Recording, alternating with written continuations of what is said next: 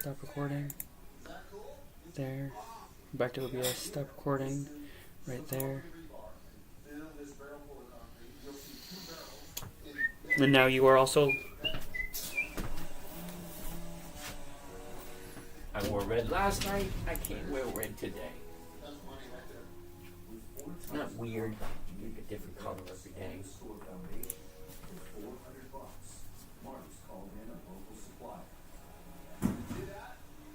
That means my work starts. No more talking. I've never poured concrete in 90-degree temperatures. The sun is going to dry this concrete 10 times quicker than Alaska. So we're going to mix it much wetter than I would pour it in Alaska.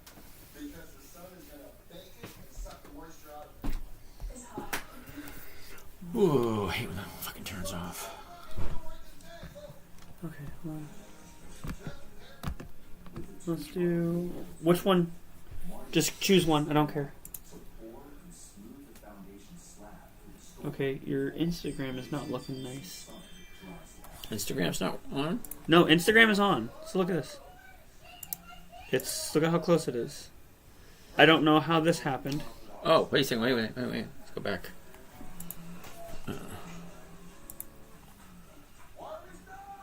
Instagram. That would be... That would have been one of your phone's previous. No. This was the other Instagram one. Yes, but your Instagram account for the 10-minute trader is active right now, and actually it's showing them this part of the screen right here. Why? Why? That part I haven't figured out. This is my first time touching this. Okay, cool. So this is Instagram here. This is Instagram here. This is what Instagram is seeing right here. So anything in the middle of the screen is what they're seeing. They're not seeing anything else, unfortunately. Okay. Why is it only doing this? This is what I'm going to figure out tonight for tomorrow. Okay, so let me get out of that.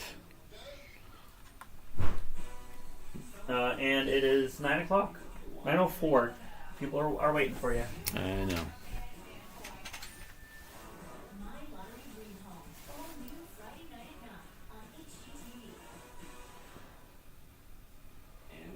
Okay, so there we go. So that's that. That's that. That's this. This is this. This is this. I do my lights. Don't forget to close the door. Oh, well.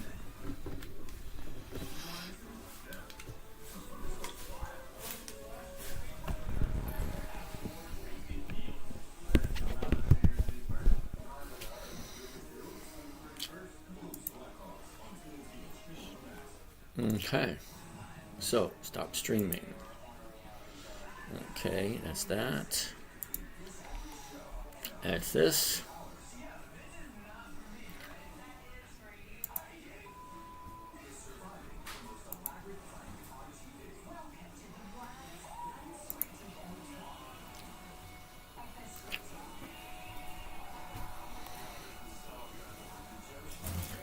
Okay, the 10-minute trader is live, but that's what it's showing. Okay, that one's not. Honey, I gotta turn this down. Oh, that's, yeah, go ahead. Turn it off. Alright, I'm getting ready to get started.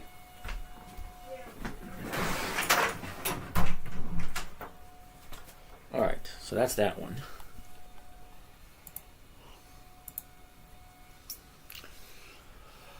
Alrighty. Dun. Alright, turn this one off. Unnecessary lighting. Why does that not look right? Oh. Hold on.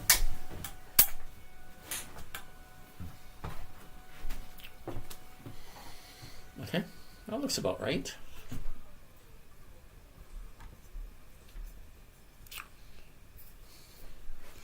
And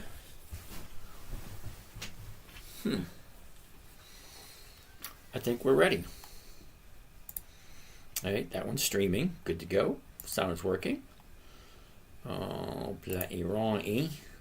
All right, and here we go. All right, so let's do this. Live. And we haven't done Facebook in a while, so let's see what Facebook sounds like today. All right, let's get out of this one. Let's get out of there. Let's change that. Let's go here and let's go there. All right. We are ready. So now we're up to 6 cameras. All right. Bloody jolly good. Here we go. Do you want to check Instagram? And then check YouTube. See how it's working. Oh, who do we have here? Let's go back for a little bit. Hold on. Who do we have? Isra, Danish. Cool. New here. Never seen that name before. SWAT team. Travis. Mitchell Levine. That's Instagram. Yay! Instagram's working. Is that from your computer or from? That's probably from my phone. Okay, hold. Play it up again. A second. Hold on. Which one is it? Okay, so that's the phone. It's not the computer. Okay. Okay, now check the YouTube. Jeff, I gotta go back. Lloyd, Sal, Broccoli Head. What the hell? What kind of a name is Broccoli? What kind of a name is Broccoli Head? That's an interesting one. But okay, it is what it is. 10-minute trader YouTube is coming from the computer. Okay. All right. So, yeah, there's 2 YouTubes. Okay? The computer, which is just the screen. And now check the other 10-minute trader. It should be me standing in front of the screen. Okay, and that should be the 10-minute trader, or is it James Godino? It should be the10minutetrader.com on YouTube. There should be 2 lives there. Live. Okay, let's keep on looking at this. Broccoli Head. Vinny, Pacino, Lloyd, Chris, Bounce, Tyler, Q, Blind Guy. See you, Blind Guy. Okay, Randall Ray. How are you? Juan Rivera. How you doing? Jeff. All right, hold on. What do we got? Randall Ray, got that one. Mitchell. Merry Christmas, Randall, and you too. If a 4. Royal Kings. Richard, how are you, Richard? Savage, Todd, Jerry, all you guys. Hey there, hi there, ho there. We only had 31 people. That's horrible. Jeff Copeland, how are you? All right, anyway. My name is James. This is Dividend Stock Talk. How do I feel about the stock Lode? L-O-D-E. Never heard of it. Well, let's pull it on up. L-O-D-E. Lode. Like that's a load of what? Okay. 2 things. All right. Who asked me about Lode? All right. Katie. Dear. Really. Honestly. 100%. Not sure what you're thinking here. When the show says Dividend Stock Talk, investing in dividend stocks for weekly cash flow, and you're showing me a company that has monthly options, number 1, that's a no. Number 2, they're not even $1. How can this company have 20 years of increased dividends if they're not even at $1 yet? So I'm just going to say, no. Load is load of, nah. Sup? What's happening? Misty, how are you doing? Okay, Mike, how you doing? Jay, who else thinks bears are just accumulating for years, for the year to come? Don't know. Thoughts on Ford? I like Ford. I do. Let's take a look at Ford.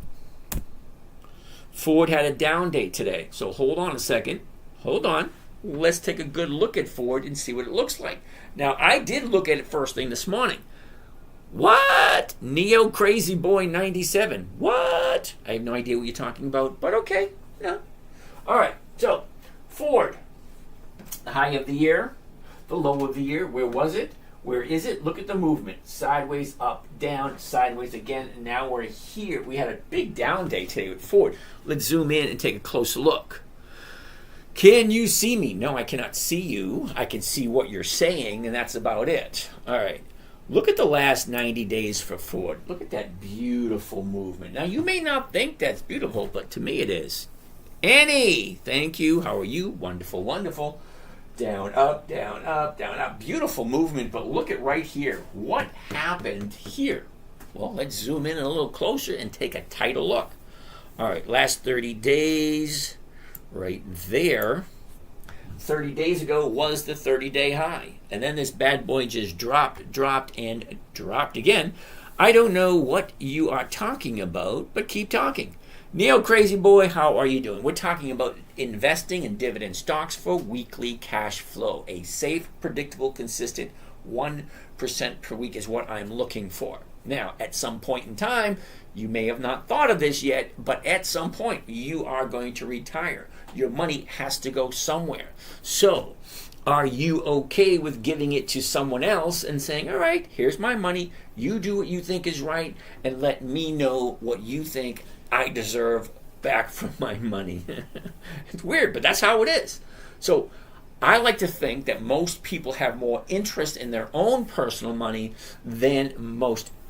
Maybe. Okay, maybe. No. Everybody retires at some point in time. Either that, you die on your way home from work, or your way to work. Okay? Now, I know a few people personally that died on their way to work. All right? Well, that's got to suck. Okay? My best friend, who was one of my groomsmen at my wedding, his younger brother walked out of the house, got halfway down the walkway, and just dropped dead on his way to work. Yeah, so you're gonna, at some point in time, retire, and your money has to come from somewhere. If you're relying solely on Social Security, more power to you. Anyway, I wish you luck with that one. But here's the thing. Let's get moving. So we're looking at Ford, okay? 30 days ago, here's the high. Here's the bottom right there. I am fine. And how are you? Here's the bottom right here. Wednesday, 2 weeks ago. So we had a down day today. Thanks. You're welcome. Okay, so we had nice movement all last week. Look, Friday was an up day. Monday, Tuesday, Thursday, Friday. Nice upward movement. So what the hell happened today? What is that? All right, well, we're at 988 at the moment. So what am I looking for? I'm looking to buy it at the current price, 990. I'm selling the 10s. It's only going for 6 cents to 7 cents, not quite 1%, not quite what I'm looking for. I'm looking for a simple, safe, predictable, and consistent 1% per week. The only way I can get that is by a weekly option, okay, on a dividend stock. Now, the reason why I like dividend stocks is because they share their profits with the investors. I am an investor. If you're here, my assumption is you're an investor also. So if you want to figure out where your money's going to go, hey, it's just an idea. This is just what I do. I'm not giving advice to anyone. I'm just showing you what I do. I get a simple, safe, predictable 1% every week. Now, for those who don't know, might be new here, let's go take a look at the trades that I have done throughout the year. Now, I post all my trades every week. All right, so here it is, week 38, the 12th week of the third quarter. Slide down a little bit more.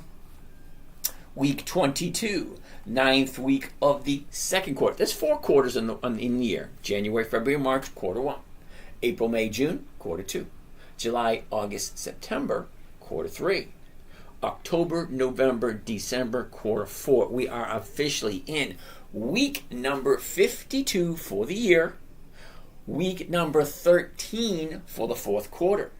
So tomorrow is the last trading day of the year, which means it's the last trading day of the fourth quarter.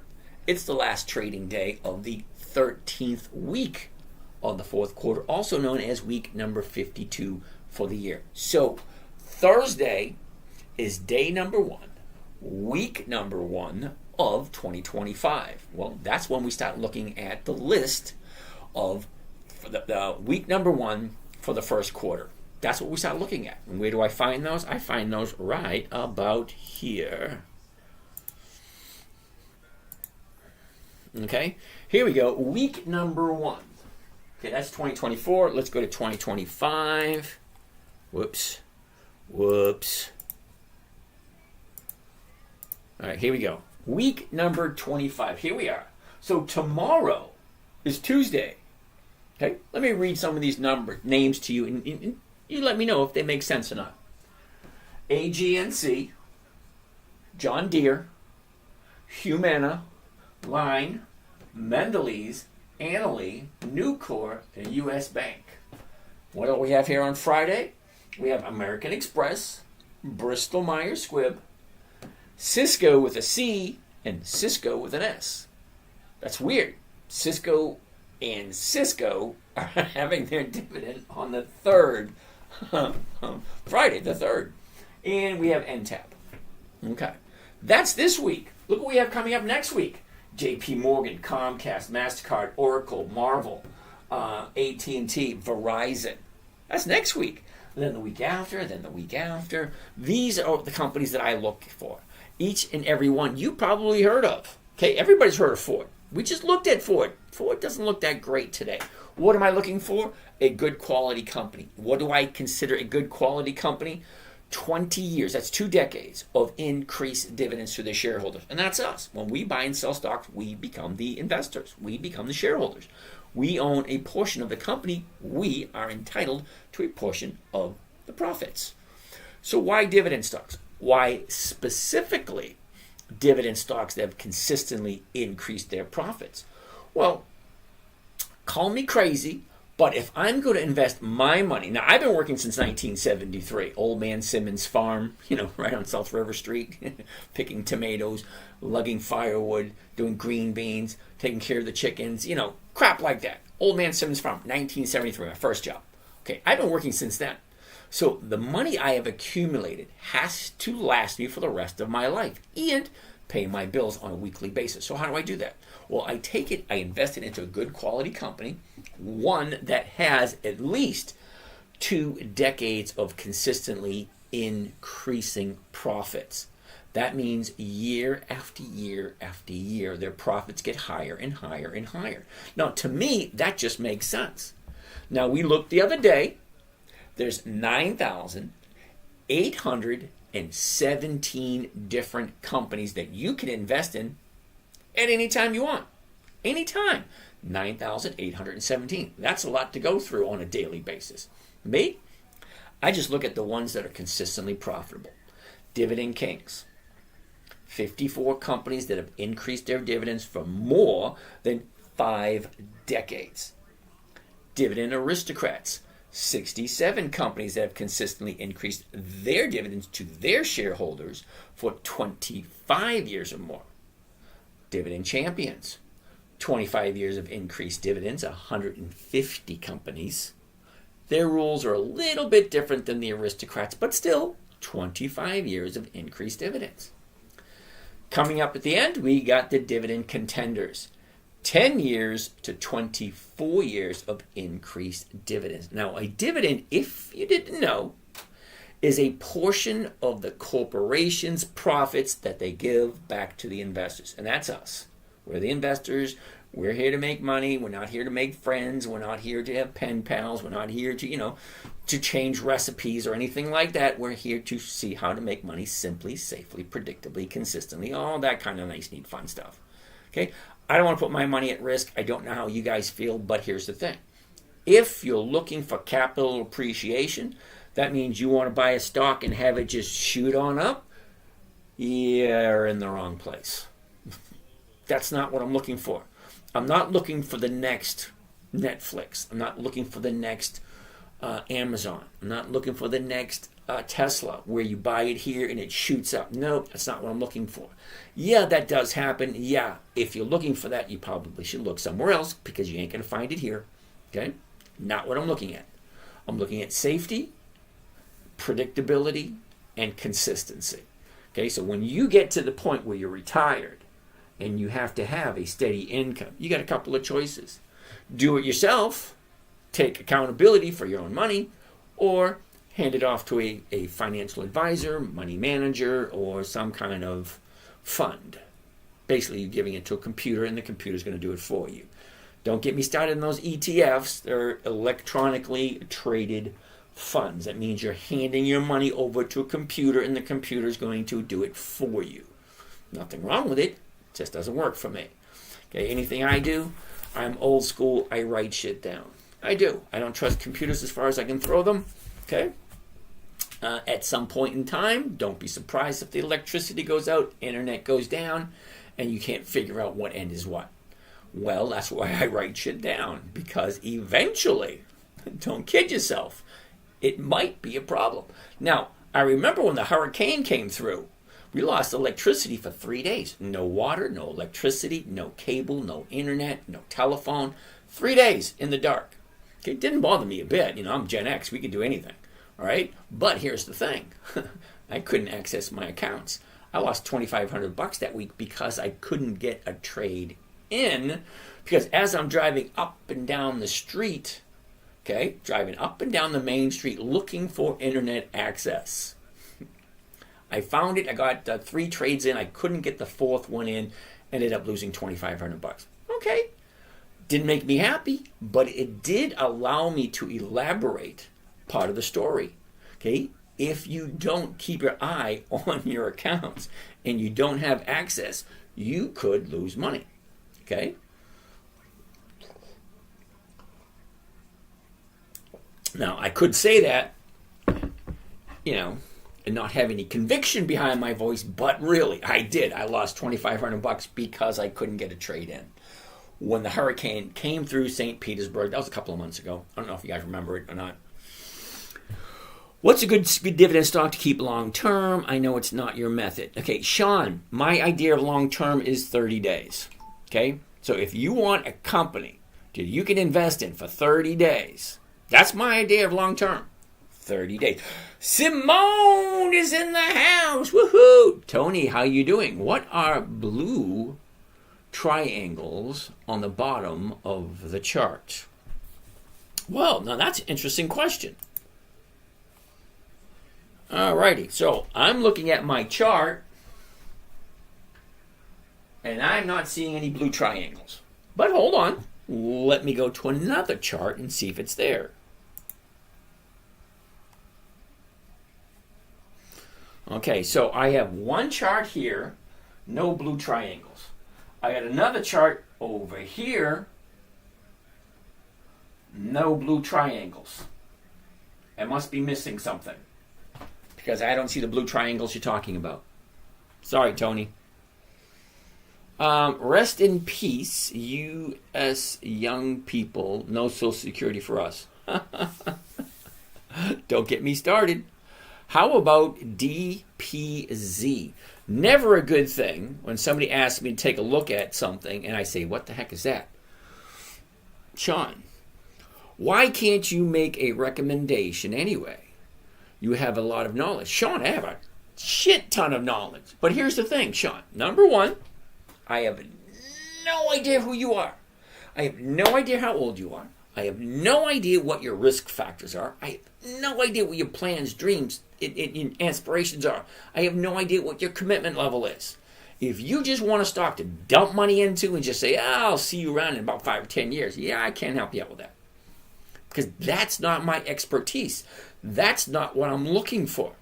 I'm not looking to drop my child off and come back in 10 years and say, hey, you did a pretty good job. No, I'm not looking for that. Okay? Sorry. There are plenty other websites out there that will be able to help you out there. I bought 1,000 shares of your sweaty chest hair. That's a horrible thing to say. But okay, thank you for that. Anyway, I don't see any blue things. All right, so, hey, James, can you show one of your positions you took today, step by step, and the potential risk? Okay, well, let me look at DPZ first.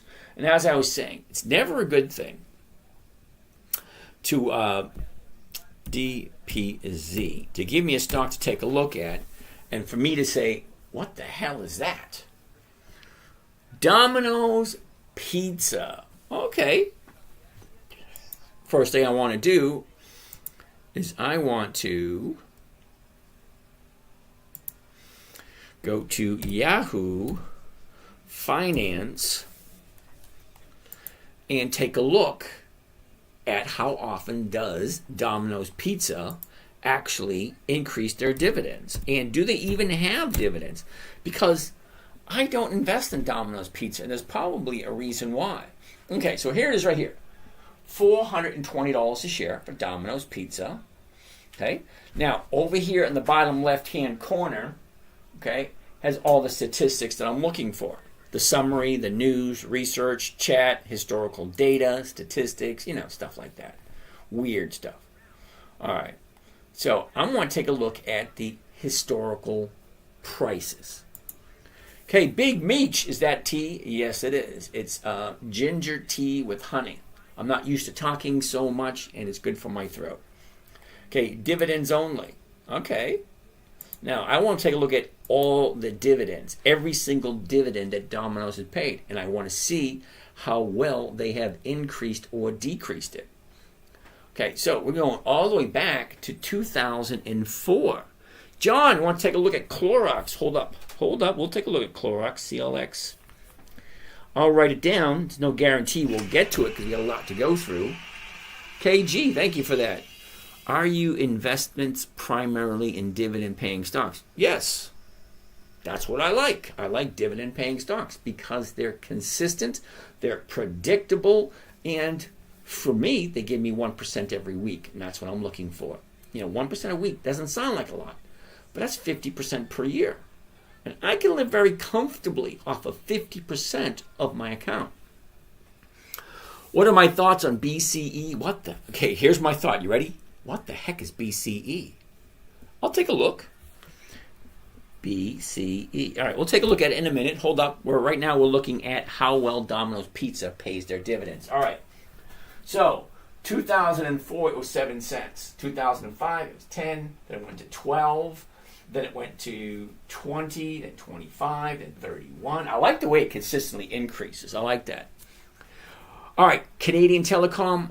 If it's traded on the U.S. stock market, yes. If it's not, then no. Okay, CH?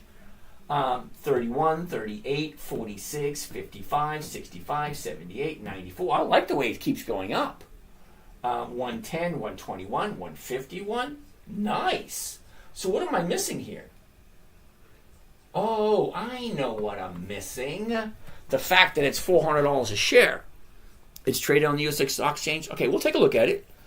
Okay, so lead sponge, Domino's Pizza. They consistently increase. Did you see that?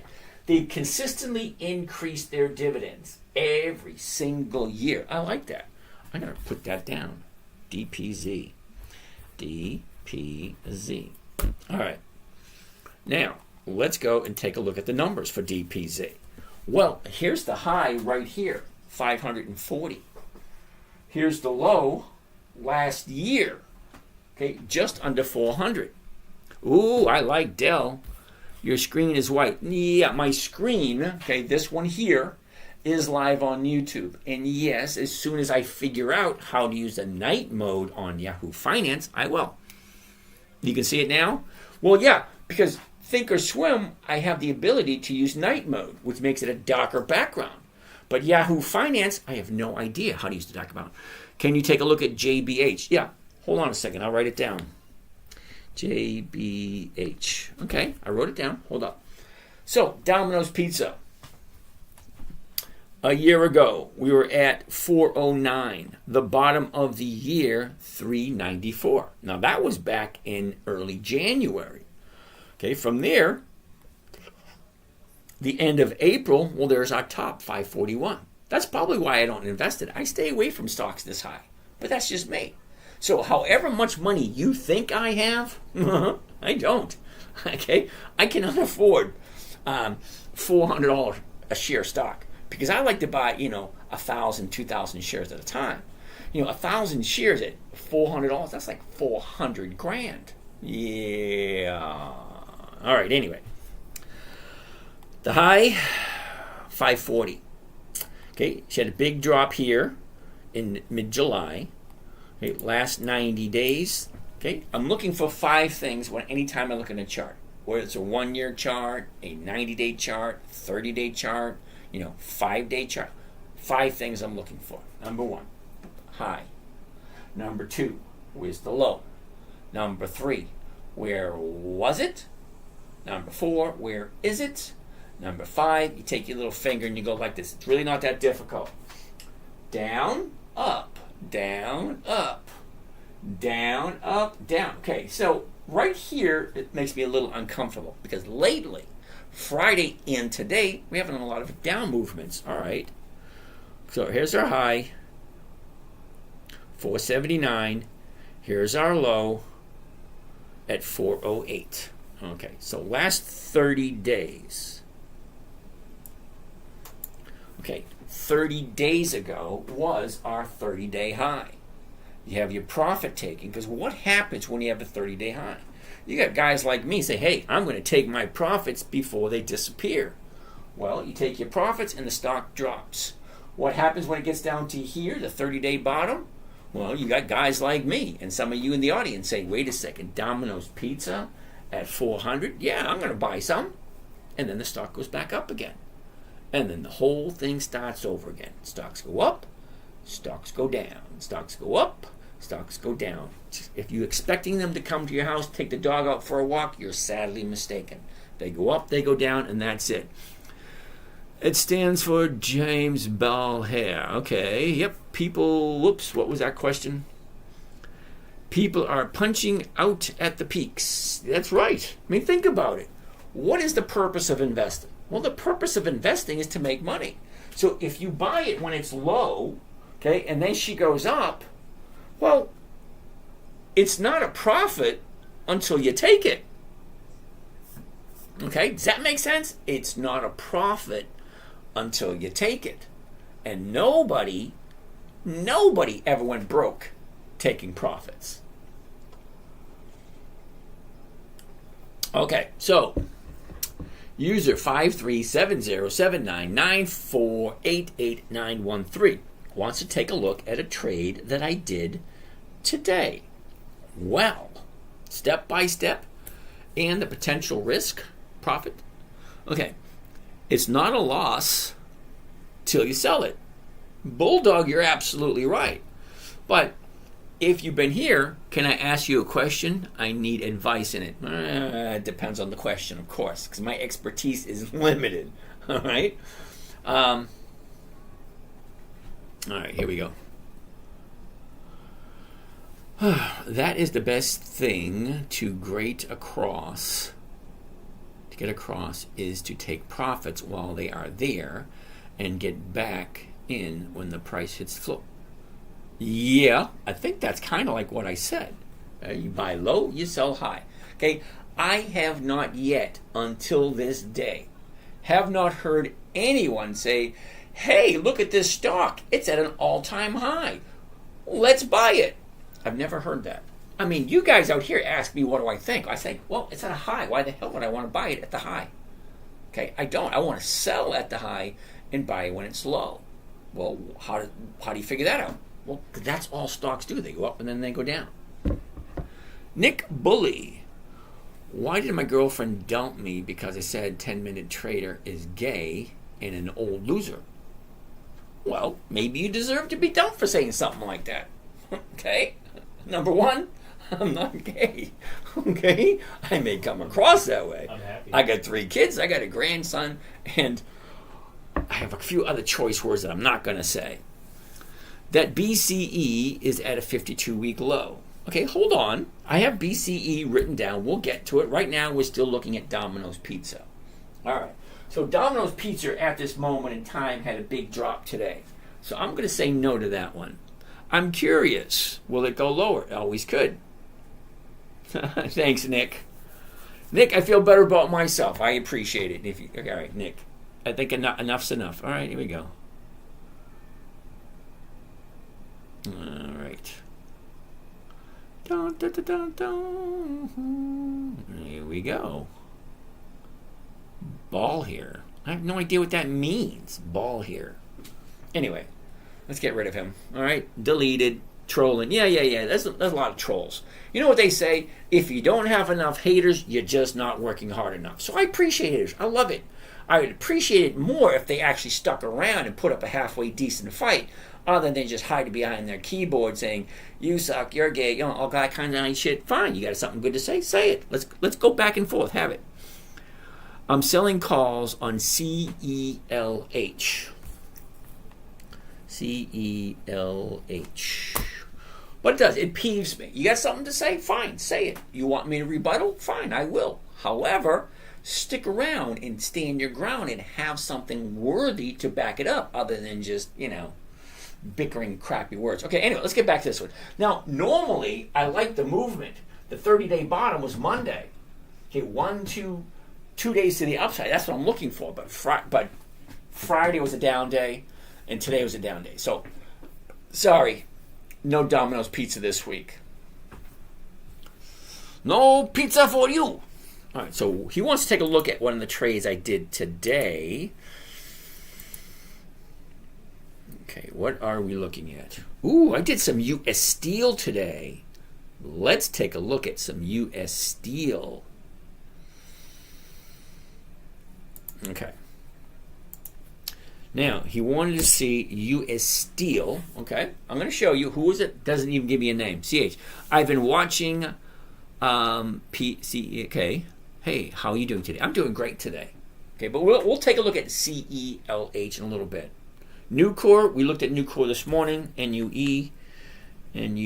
Give me a few minutes. I'm trying to get caught up here. So somebody wanted to take a look at a trade that I did today and explain the possible risk and possible reward ratio. All right, great.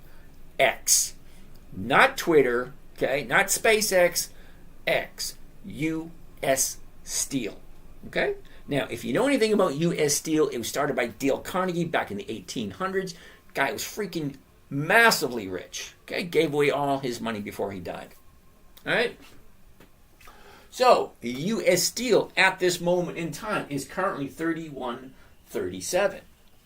Okay, what is the risk with U.S. Steel? Well, it's the same with any stock. Any stock, okay, can go up, can go down. As a matter of fact, that's what they do. Look, a year ago, U.S. Steel was at 49. Drops down here to 38, shoots up to 42, drops down to 36, shoots up to 42, drops down to 28, shoots up to 44. Now we're sitting at 31. Well, that's what stocks do. If you're getting into this game and thinking that you're going to buy something and it's not going to go down, you're sadly mistaken. Okay, the high and the low on almost any and every stock can be as high as 80 to 90%. Okay, that's huge. Okay, the high, 49. The low, 28. 28 to 49. That is $19. Okay, that's a 50% drop. But go the other way. From 28 to 44. 28 to 44, that's almost a 100% increase. So it all depends on how you're looking at it. All right, so let's keep on going. So, I like U.S. Steel. All right? The high is how many times I think that... Oh. Thank you for that. Okay, so the high is here. Okay, you see, she's going sideways for a couple of months. Okay? What was that? December, January, February, right into March. And then she drops down to a trading range. Look at this trading range. From March all the way until the beginning of December, it stays between 36 and 40. All right, that's a nice trading range. Okay, so that being said, let's take a look at the last 90 days. Okay, so the last 90 days, remember, I'm looking for 5 things. Here's the high, here's the low, here's where it was, here's where it is. That's why I'm selling calls. Daryl, that's the exact, Diana, what the hell name was that? That was kind of quick. Kind of quick. That's why I'm selling calls. Dylan, cool. X price target 42.11. Well, cool. Kind of right up my alley. I think I jumped in at 41. But I also dollar cost average down. So anyway, I did a trade this morning. Let me explain it to you. Okay, here's the high. Here's the low, where it was, where it is, where it's going. Up, down, up, down. Now she's going back up again. All right, great. Well, why do I like U.S. Steel? Well, number one, it's U.S. Steel. It's got name recognition written all over it. All right. Number two, I like that X chart good buy sell action. Yeah, you're absolutely right. It does have good buy sell action. But what am I looking for? I'm looking for an opportunity. Well, U.S. Steel, okay, the high is here. The low is here. Okay, you're going to hear this over and over and over again. You make money in the stock market by, you ready? Buy low, sell high. So the low of the 90-day period is right here. Okay, that was last week. Okay, so what's going to happen at the low? What usually happens at a low? People start buying and then it goes up. Well, that's what I'm looking for. But take a look at the trade that I did. Now, I told you I jumped in at 41. Okay, now I'm not kidding, I did. I jumped in at 41 way up here. And then she dropped all the way down here. Am I panicking? No. Do you know why I'm not panicking? Let's take a look at the numbers. Now, that's where I jumped in before. Where is my trade for U.S. Steel? All right, here's one right here. U.S. Steel. All right. 3,200 shares at 41. Okay, 41.25 to be exact. All right. Now, the stock is currently at 31. Okay, I bought it at 41, way the hell up here. Okay, now it's all the way down here at 31. So if you take a closer look, well, I sold the 34 calls. What does that mean? Well, I'm giving, or I didn't give it, I sold it. I sold somebody the rights to buy all of my stocks from me at $34 a share. Why would I do that? Well, if I bought it at 41, does it make sense to sell somebody the option at 34? Well, kind of yes, kind of no. Well, what's going to happen? Well, the option, the call option, or I like to call it, is a covered call. Covered because I already own the share, which means I can sell the options against them. Amazon, hell no. Okay, Caleb, Dividend Stock Talk is the name of the show you just entered. The key word being dividend. Amazon doesn't have dividends, so Amazon is right from the beginning a no. Susan Ann, how are you today over on Facebook? All right, so why did I sell it at 34? Well, the stock is in a dropping session at the moment and slightly going down. Is it going to continue to go down? No, it's going to get to a point where it's going to stop, turn around, go back up.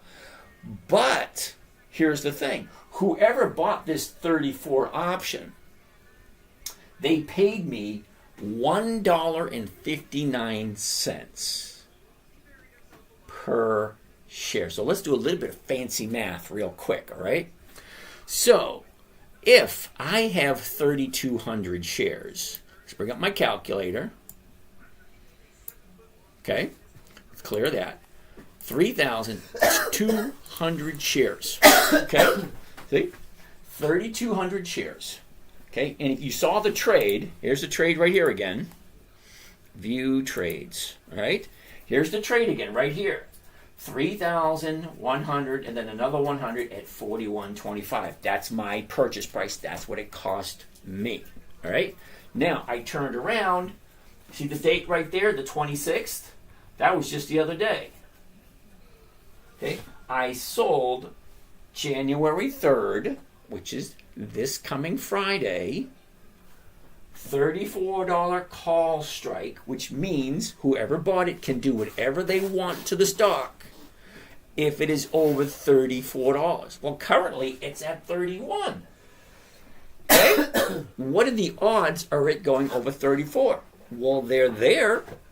We got tomorrow, which is Tuesday, no trading on Wednesday, then we have Thursday, and then we have Friday. So I have 3 days for this thing to go up $34 or higher before I would lose any money.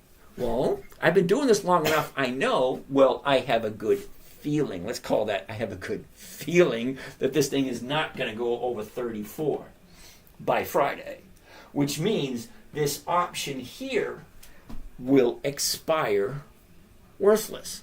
Now, think about that for a second.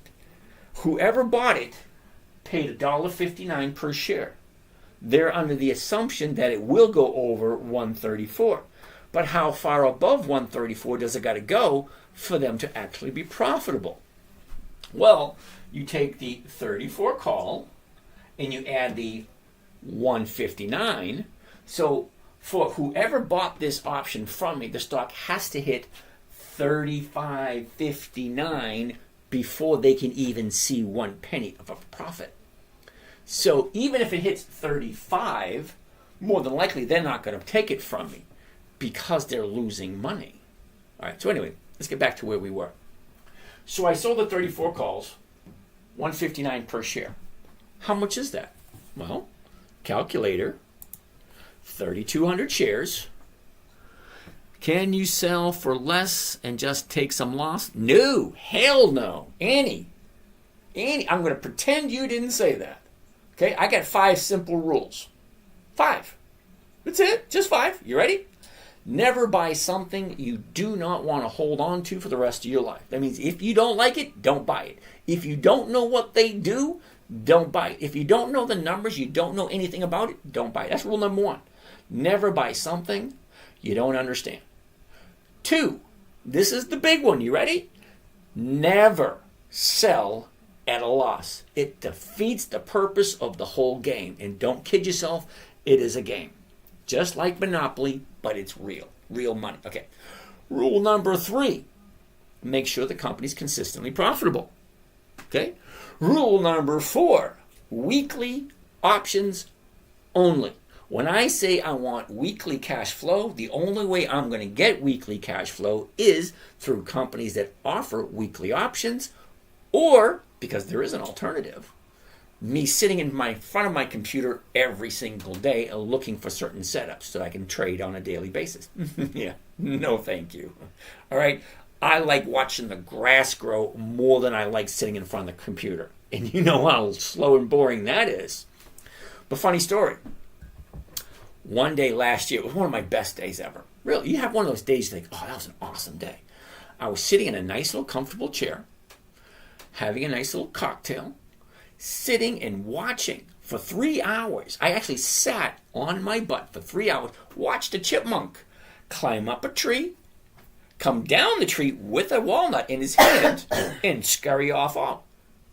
2 seconds later, he comes back, goes up the tree, gets a walnut, come down the tree. And if you're curious, it's a black walnut tree, these big, huge black walnuts. Okay? Climbs up the tree, grabs a walnut, comes down the tree, scurries off. I sat there for 3 hours and watched that guy do that. I prefer doing that than sitting in front of my computer making money. At some point in time, you are going to make the same decision. What do I prefer to do?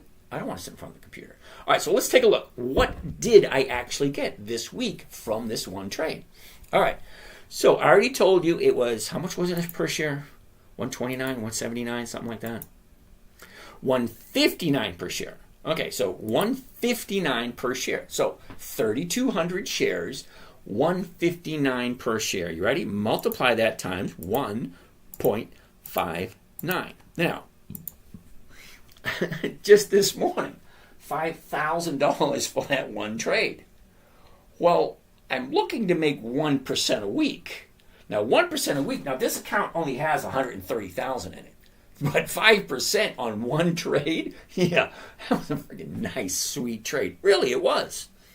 But here's the thing. Okay? I bought it at 41. Let's open this up a little bit more. Okay, I bought it at 41, which is way up here. All right? Right now, it's down here at 31. Okay, today's Monday. Now, I'm under the assumption, I'm under the belief that this thing is not going to hit 34 by Friday. And that's why I did that particular trade. Okay? It's simple, it's safe, it's predictable. Now, if I felt it was going to see, Friday was a down day, Thursday was a down day, and today was a down day.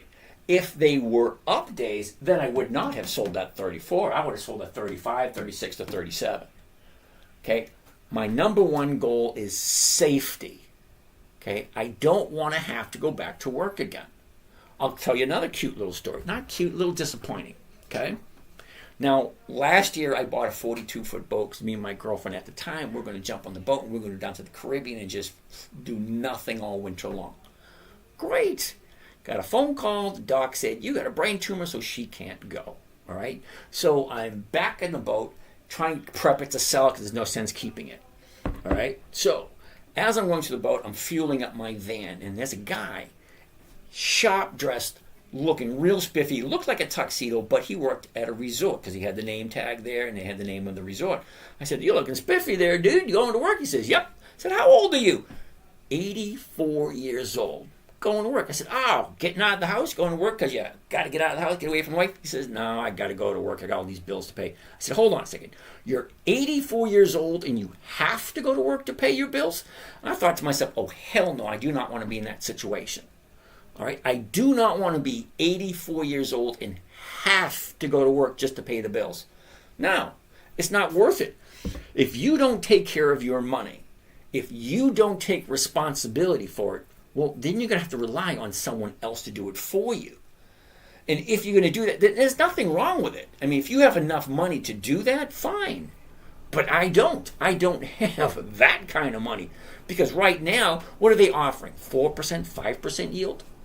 Okay, if you give your money to a money manager and say, "Hey, this is what we can do for you. Get a 4% draw every year, that should give you enough." Hell no, not for me. Okay, I need more than that. I would still be working if I didn't figure this out. Okay, now this I figured out in 2008. Okay, I didn't really realize what it was. Let me tell you how the story came about. And I actually need, what do you call that? I need visuals. Okay, so here's the visual. You ready? Here's YouTube. Hey, look at this. We have 2 live shows. Yay! I want to go to my videos. I want to show you an old video that I did a long time ago. All right, and it comes down to the story.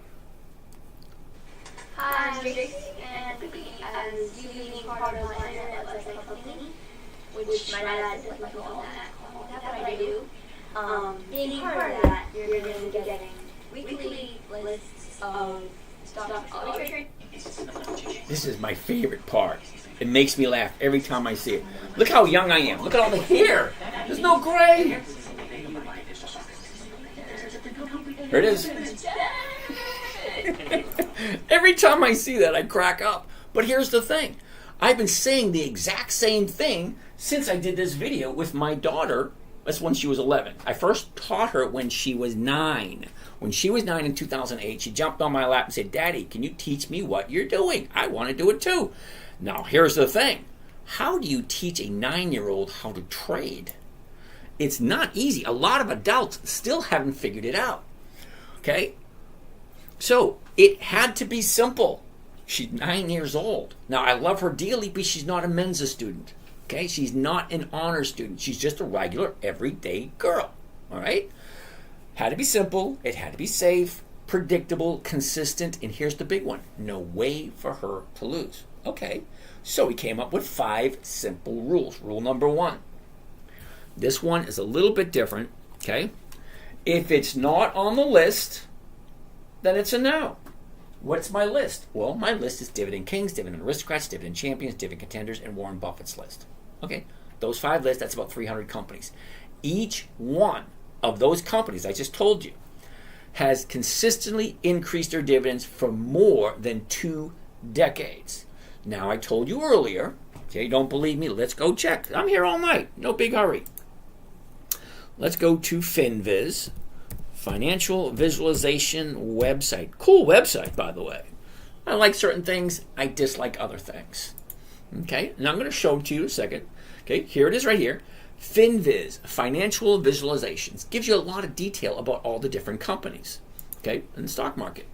Let's get rid of that. This is what I want to look at. You ready? This number, very important. 9,828. Now, didn't I just say a little while ago it was 9,817? Well, in the last 3 days, they added another 11 companies. So now it's 9,828 companies that you can invest in, any one of them. So which ones do you pick? Me, I want those that actually share their profits. Me, I want the ones that I can consistently make a decent profit every single week. So I'm looking for consistency and profitability. Well, then I'm looking for weekly options. Because weekly options allows me to get a weekly cash flow from the stocks I'm looking at. Okay, so now I have to change it. It's 9,828 companies. So, 5 rules. If it's not on the list, no. That's it. These are the only ones you're looking at today. That's what I tell her. Okay? You look at every single one. Okay? Look at every single one. And it's easy. Okay? Certain things we're looking for. Do they have options? Weekly options? Are they consistently profitable? Are they on the list? If they're not on the list, don't even bother. Okay? This is the only ones you look at. You don't look at these, you don't look at those, you don't look at those, you don't look at those. Now the reason being, these little green dots, those are EX dividend dates. What does that mean? There's only 4 dates to remember when it comes to dividend stocks. And the reason why I only like dividend stocks is because, number one, they share their profits. They're generous. They give me some money every single week. Well, dividend stocks, it's every month or every 90 days or however they pay their dividends. Now, they pay their dividends in this manner. Are you ready? Once a year, twice a year, 4 times a year, otherwise known as quarterly, every quarter, or once a month. So, I have no idea when these people are paying out their dividends. Do they do it once a year, twice a year, 4 times a year, or every month? I don't know. Don't really care. If they're on my list, I'm going to take a look at them. Now, the reason why, just before the EX date, just before the dividend is paid, the stock has a tendency, are you ready? Has a tendency to go up in value. So if the stock goes up in value, well, that's a very important piece of information to know. Because most of the time, stocks only move for 2 reasons. 2. Only 2. Don't kid yourself that there's more, but there's only 2. One is an unknown reason. I mean, it goes up, goes down. We have no reason why. There's a reason, but we just don't know what it is. Second is a known reason. Something we can set the calendar by. We can set our watch by it. Dividends, earnings, splits, quarterly reports, seasonality. That is a known factor. What seasonality, you may ask? Seasonality is, winter, spring, summer, fall. Certain things happen throughout the year, predictably, consistently. Okay? November, December, January, it gets cold. People turn the heater on. It affects the bottom line of the company. June, July, August, September, it's freaking hot. People put on the air conditioner. It affects the bottom line. Okay, spring, maybe there's some raw materials that are easily accessible. Or how about fall, during harvest time? Some companies needed products that are only available in the fall. Seasonality is something you can plan for. Okay, I will show you a seasonality chart a little bit later, but here's the thing. You either know the stock is going to go over or you're going to guess. Okay, what are unknown reasons? An unknown reason is natural disaster. Flood, tornado, hurricane, earthquake. Those are all unknown reasons. Do they happen? Yeah. Do they affect companies? Yes, they do. How about, do you remember the Exxon Valdez up in the Northwest? It crashed and all that oil spilled all over the place. What happened to Exxon stock? It dropped like a rock. But Exxon is a huge company. A couple of years later, they get a slap on the wrist, they pay a fine, and business back to usual. But the stock did drop. Same thing with British Petroleum when they sprung a leak in the Gulf. Their stock tanked. It got down to 54, and I took one look at it. I said, what, are you kidding me? British Petroleum at 54? I'm going to buy a shitload of those. What happened? Slap on the wrist, they paid the fine. 6 months, 9 months later, they're back up to where they were before. Okay? An unknown reason. You cannot plan for them, you can only react to them. But a known reason, earnings reports, dividends. So earnings reports. I've seen positive earnings reports where stocks go down. I've seen negative earnings where stocks go up. So you really can't use those. They're not very predictable. You'd think that they are, but they're not. Dividends, however, they happen predictably every 90 days. For most of the stocks I look at, every 90 days, every time their dividends paid. And the thing is, the stocks have a tendency to increase in value just before the dividend date. So if I see the dividend date right here, MO, that's Altria. Okay, Altria is a dividend king. They have increased their dividends to their shareholders for more than 5 decades. They've been in business for over 100 years. Well, I like the company. Here's the dividend right here. December 24, the dividend was on the 26th. So if I was going to buy it, I'd buy it 2 weeks before on a Monday. Why? Well, if I buy it here, I have all week long to hit my 1% target. If I hit it, great, awesome, thank you. See you again in 90 days. What happens in 90 days? It's going to pay another dividend. All right, well, what happens if the stock goes down? Well, rule number 1, never buy something unless you plan on holding it until it hits your target. All right. So if I don't hit it the first week, I at least collect the 1% because I'm selling the premium. Okay, week number 2, do the exact same thing. Sell another premium, collect another 1%. If I hit my target, great. See you again in 90 days. Well, what happens if I don't hit it in the second week? Well, I don't care. It's Altria. I have no problem holding on to it. So week number 3, I do it again. Get another 1%. 1%, and a dividend. Most people buy a stock and just collect a dividend 4 times a year, and they're happy with it. Fine. Not me. I want weekly cash flow. So Altria, I like the company. I'll check the numbers.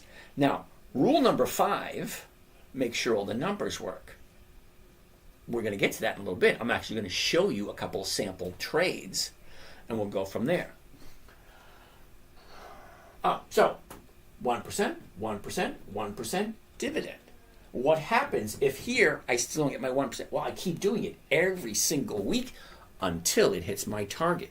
Rule number 1, never buy something you do not understand or you do not want to hold on to or you cannot picture yourself holding on to it for the rest of your life.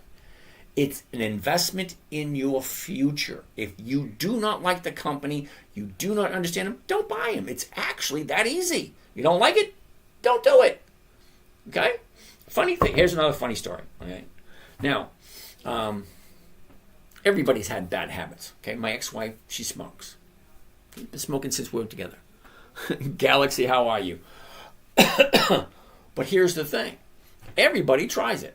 Okay, now, I tried smoking when I was like 12 or 13. I took one drag, and I hacked up a lung, and I thought to myself, that's horrible. If you don't like it, don't do it. Why does the ex-wife do it? Well, apparently she liked it. I didn't, so I don't do it. It's so weird, isn't it? It's like drinking. I was a pretty damn good drinker when I was 16 and 17. And one night at a party on the beach, I drank a little too much. I wasn't very good at it, so I didn't do it anymore. Okay? So anyway, let's keep on going. Alrighty then. So, back to U.S. Steel. Okay, so I bought it at 41. I sold at 34s. I collected a nice fat premium for it. Is it going to hit 34? Probably not. So what am I going to do next week? Hello, Arsen Khan. Cool. Arsen? Something like that. I got. All right. More than likely, it's going to go probably end up around 32, maybe 32.50 or 33 by Friday if she turns around. If she doesn't turn around, she could keep going down a little further. Don't know. Do I care? Not really. Because U.S. Steel pays awesome premiums. Okay? I might just hold on to U.S. Steel all year long and just keep rolling it forward. What does that mean? Well, as the option's coming ready to expire, see, this one's going to expire this Friday. Okay, when Friday comes, I will take a look at a couple of factors. Number 1, what did I buy it at? 41 and change. Okay? Where's it at now? Well, right now, it's at 31. Okay? What's the value of my option? Well, I sold it at 159. Come Friday, it'll probably be worth like 20 cents, 30 cents, 40 cents, depending on where the stock is. Because as the time ticks away, Monday, Tuesday, Wednesday, Thursday, Friday afternoon at 3:59, this thing becomes worthless. Okay? So I will wait until Friday afternoon, like 2 o'clock, 3 o'clock, and I'll roll it forward into next week and pick up maybe another $1 per share and pick up another couple of $1,000. Okay, that works for me. So what's the risk? The risk is U.S. Steel could fold tomorrow and go out of business, could file bankruptcy. That's the risk. What's the reward? Well, the reward at this moment in time is continuing to pick up a premium on a weekly basis on a company that I like. Now, you won't find me buying companies that you probably never heard of. Okay, so let's take a look at what I have in this account. Okay, CVS, I'm sure you've heard of CVS. Foot Locker, sure you heard of them. Halliburton, come on, everybody knows Halliburton. Kohl's, Riley, you probably don't know who Riley is, and Riot. Those probably you don't know those. But Walgreens and U.S. Steel, you probably know who those are. Blake Berry, dude, nice to see you again, dude. So I usually don't buy anything you probably never heard of. Now, Riley and Riot, those came up on my lap because another investor that I admire and I respect his decisions, I took a look at it, the numbers worked, and they just worked. All right, so anyway. But for the most part, yeah, I usually only do stocks that you probably heard of, household names. Okay, we all heard of Harley Davidson. We've all heard of Home Depot, Lowe's, IBM, AT&T, Verizon, MasterCard, Visa. You've heard of all those. Those are the ones that I do. I don't do the weird shit you never heard of. Palantir, I don't do that one. NVIDIA, I don't do that one either. You need to check the numbers. All right, so, holy shit, I got 72 questions. Let's roll on through. So hopefully, user 5370794888913, hopefully that answered your question. Big Meech, yeah, it's tea. All right, if you want to know if I was drinking tea.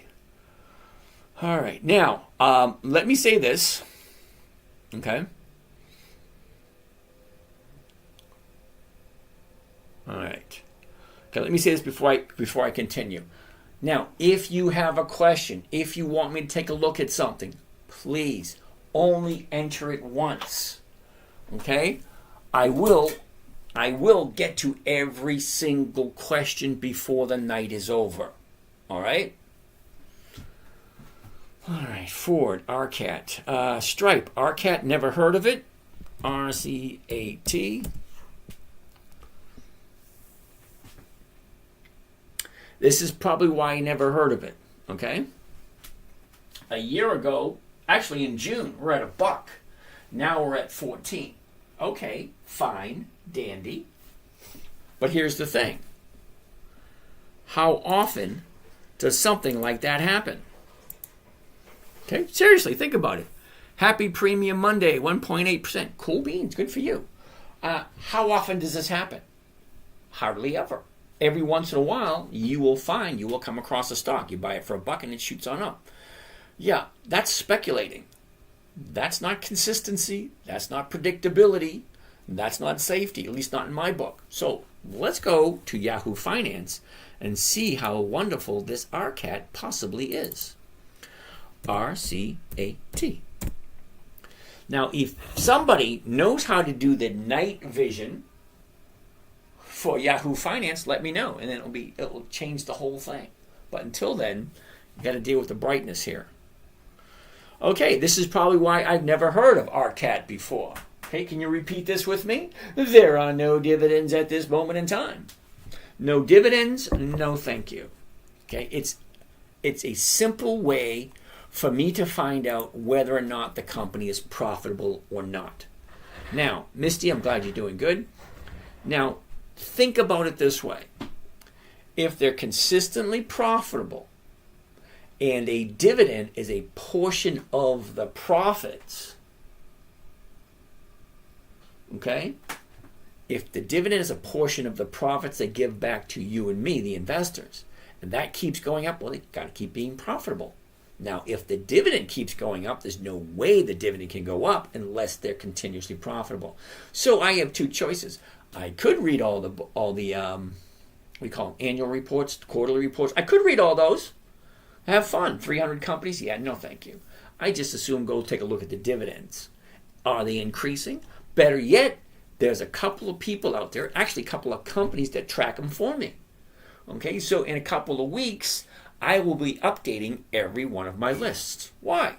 Because there's somebody out there who is going to update the Dividend Kings list this year. Okay, so it will be Dividend Kings list 2025. And then we will see who got added and did anybody get subtracted. Because every year, someone joins or someone drops off. Same thing with the aristocrats. Same thing with the champions, and same thing with the contenders. Because with 9,848 different companies, that's a tidbit of information that people like me find very valuable. All right, Uncle Sam, NU. All right, now NU I'm pretty sure is a no. Okay, NU, let's take a look at the dividends for NU. Okay, if they're not profitable, I want nothing to do with them. There are no dividends in the time period selected. No dividends, no thank you. Okay. What are the blue rectangles on the bottom of the screen? Rectangles? I don't see any blue rectangles on the bottom of my screen. The only blue things I see, these things right here, that represents the volume. How many shares are traded that day. If that's what you mean, that's just tells me how much volume there was, how many shares were traded. All right, let's keep on going. Yep, hello, sir. TikTok, dude. A little unhappy with you, but okay. DPZ, Domino's Pizza. Yep, like that one. What's up, James? Austin, what's happening? You going to be on every night in 2025? No, dude. Okay. I almost did it for 2024. Almost. It's 365 days in a year. Okay. We are on day number 364. We have 1 day left for the whole year. I've missed 6 days. That's it. Every single day for 2.5 hours every evening. Those are volume. Yes, Annie, I did say that they are volume. Okay, Dob, you want to take a look at ATOS? What the heck is that's never a good sign when I say what the heck is ATOS? Well, a couple of things. Number one, they can't find the symbol. That's never a good thing. Okay, one, never a good thing if I've never heard it. Well, I've never heard of it. Two, the computer can't even find it. Got to be an issue there. Chad, CLM, Clam. You want to take a look at Clam? All right, Chad. No options. No, thank you. Okay. Hey, James, I have been looking for good strategies on how to invest. I truly like yours. Thank you. Well, alrighty then. I missed 6 days. Well, yeah, I only missed 6 days. Eagle 18, you want me to explain my strategy. All right, you ready? Here we go. I invest in dividend stocks, specifically pre-qualified dividend stocks. Those are companies that have consistently increased their dividends for more than 2 decades, 20 years. Higher and higher and higher and higher dividends. A dividend is a portion of the profit given back to the investors. That's us. We become the investors. So, if the company is paying a dividend and they have their dividend coming up, stocks usually increase in value just before the dividend date. Now, with the dividend date coming up, stock price going up, you have a couple of choices. What kind of strategy do you want to use in order to have a safe, predictable, consistent 1% per week? Now, I use a covered call. That is a safe strategy. One of the safest, simplest, most predictable strategies there are. So I buy 2 weeks before the EX date. I sell a call premium at the exact same price I just paid for it. I collect the premium. Boom. There you go. 1% every single week. That's over 50% per year. Hopefully I got everything. Verizon. Somebody wants to take KH or CH wants to look at Verizon. VZ. Ooh, look at the downfall we're having for Verizon. 30 days ago, look at where we are. Okay, she went sideways for the past week and a half, but we have another down day today. Which, don't get me wrong, I like Verizon. It is on my list. However, not this week. Okay, $39.99, the closest strike price is going to be the 40. The 40 is going for 14 cents. Yeah, no thank you. Next week, 27 to 31, no thank you. Sometimes the numbers work great. Sometimes they don't. Andrea, and corporations taking profits and losses. Yes, that could be it too. Okay, Eagle 18. Hopefully that explained the strategy enough for you. Eric, STM Electronics. Never heard of them. Bagged 1. Sava, they have not been around that much. Thank you, James. CH, you're welcome. So Sava was at 30. Now they're at 2. Well, that's not good at all.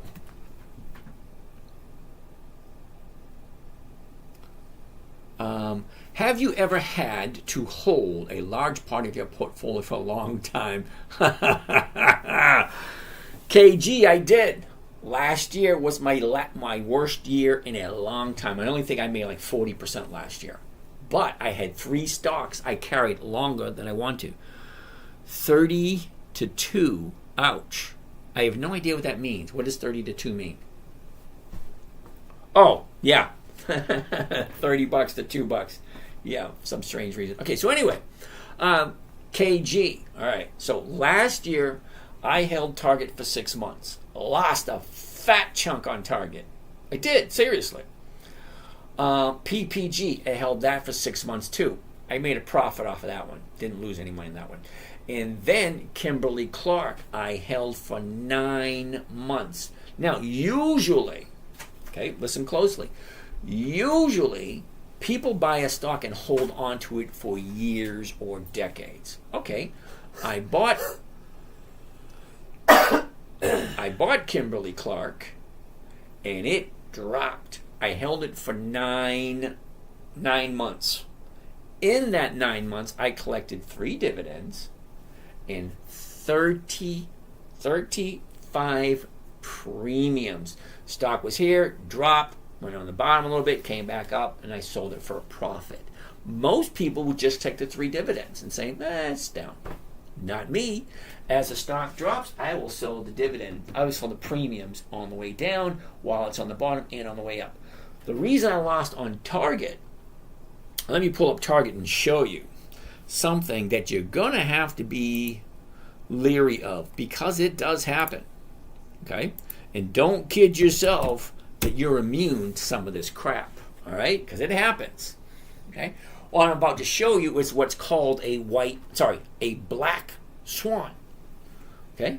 A black swan, if you've been out, driving through the countryside, walking along the river, how often have you seen a black swan? The reason why they call them black swans is because they're not that popular. They're not that prevalent.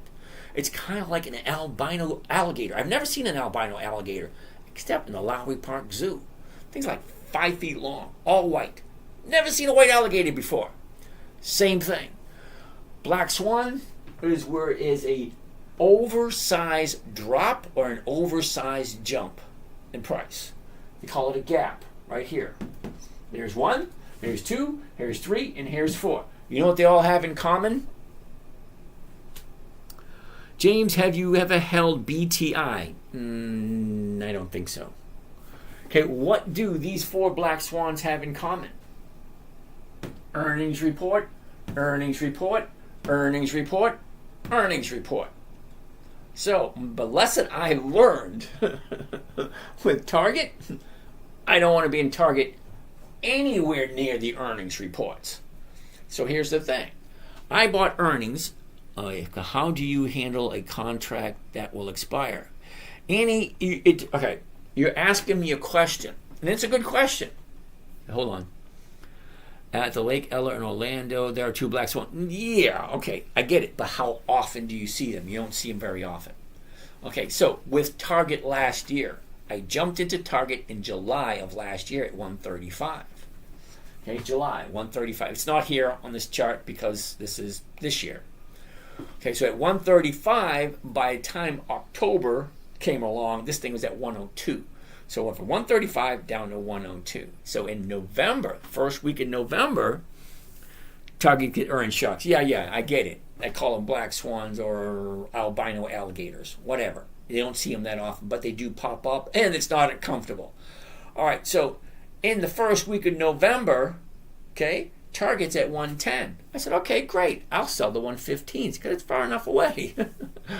Overnight, the thing jumped $16. $16 overnight. I lost $15,000 overnight.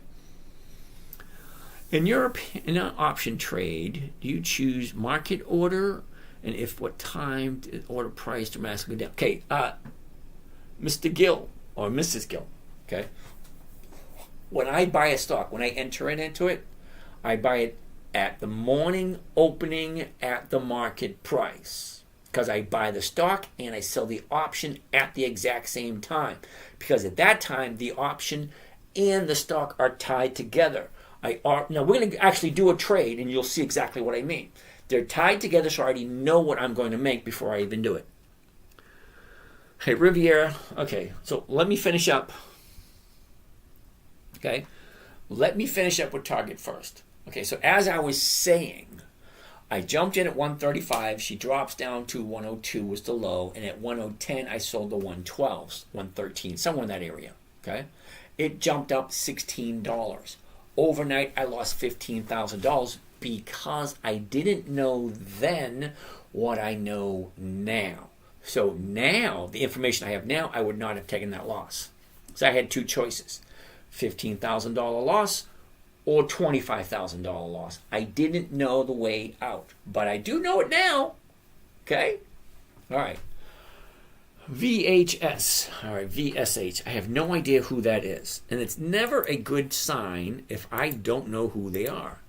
VSH, VSH. Vishay, hell no. Now, apparently you are not listening. When I say weekly options only, why are you giving me something that has a monthly option? Okay, how can you tell the difference between a weekly and a monthly? Well, simple. Okay, right here, look. January, February, April, July, December. Those are all months of the year. Okay, hold on. 3 January, that's this Friday. 10 January, that's next Friday. 17 January, that's 3 Fridays away. 24 January, that's 4 Fridays away. 31 January, that's 5 Fridays away. That's weeklies. Huge difference, but it's easy to spot. Weeklies, because it tells you the weeks. 3 January, 10 January, 17 January, 24 January, those are weeks. Okay? January, February, March, June, September, January, those are months. Monthlies do not work for me. If you like them, more power to you. I don't want to see them. It's just a waste of my time. But that's me. If you like them, great.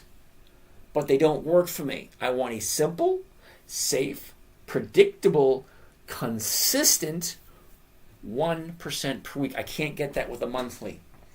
Because monthly, well, there's only 12 months in a year. You can't do 2 monthly option trades in a month. You can only do one because it's only one and expires the 3rd Friday of the month.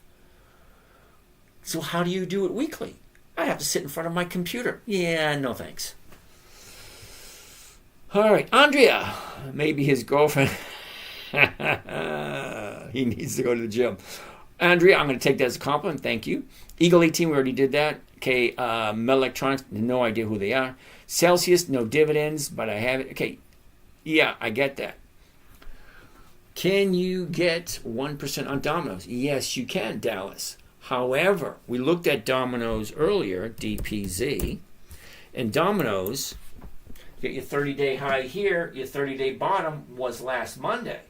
Okay, Friday and today are both down days. If you really like Domino's, my personal opinion, this is not advice, I don't give advice, but my personal opinion, I wouldn't do it until it finds a new bottom, turns around, goes back up, because it's going to. Okay, what happened here? Bottom, turn around, went up. Bottom, turn around, went up. Bottom, turn around, went up. Okay? Look for the bottom. If you like it, watch it. It doesn't take that long. I mean, there's no possible way I have no idea what your situation is. You may be able to invest in all 9,848 different companies. You might be able to do that. But for the most part, most of us can't. Gen X Niner, you did the 34s also. Cool beans. I want to get, Oh, I missed that question. What was that question? I want to get 50%. Okay, CH, I get it. We all want to do that, or more. All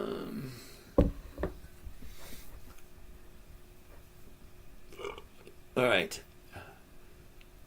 Excess Group Limited. All right. U.S. Steel, they're up for sale. Yeah, but Biden blocked the sale to a foreign entity, which, if you think about it, you really can't blame him. The company's called U.S. Steel. That's like trying to sell the Declaration of Independence to France or Italy. Okay? It belongs here in the U.S. All right, CELH is Celsius Energy Drink. Yeah, okay, no, they're not 20 years old. It was Ludwig Morales who asked you to show you one position you took today. Hey, Ludwig Morales. ¿Qué pasa, amigo? ¿Cómo está usted? ¿Está bien, no? All right, Maria Chavez. How are you today? Eddie, how are you? All right, here we go. Keep on going. King Dutch. Hold up. Paul, how are you doing? Being patient is tough to do. Still trying to learn the discipline. Okay, Paul. Rome wasn't built in a day. It may have fallen in a day, but it wasn't built in a day. Okay? You love this knowledge? Cool beans. All right, tax exempt dude. Yo, dude, we got to chat. As a matter of fact, I had an interesting email today from someone who's going to show me another strategy in order to be able to trade and not pay taxes on the income.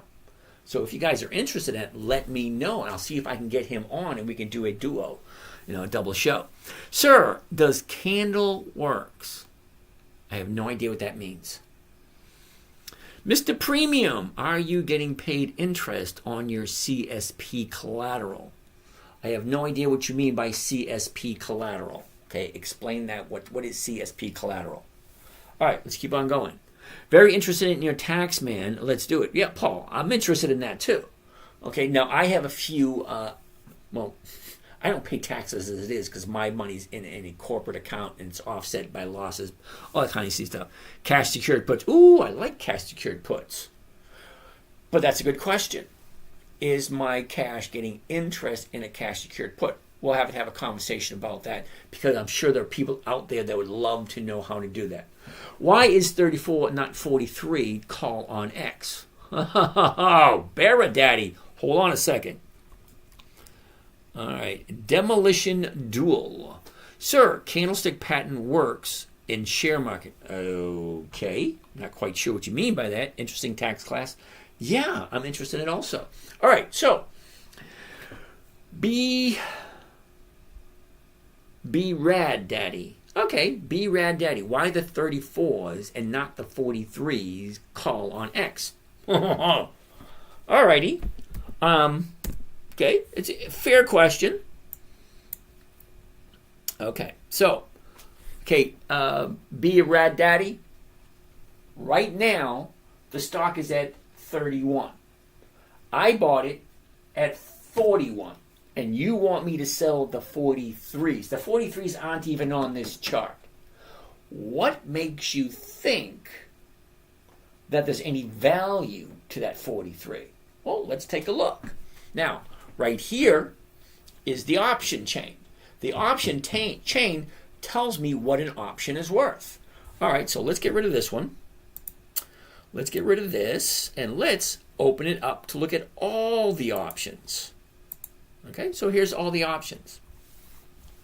Okay, now you might be asking yourself a question. All this black is out of the money, and all the purple is in the money. So as you go in the money, the numbers get higher and higher because they're worth more. As you go further out of the money, the numbers get less and less. Okay, great. Well, at 31, that's right here. See where's the difference between the purple and the black? This line right here, that is called at the money. ITM, in the money. ATM, at the money. OTM, out of the money. Okay? In the money, at the money, out of the money. Okay. So currently the stock is at 31.37. Hold up, I got 2 questions here.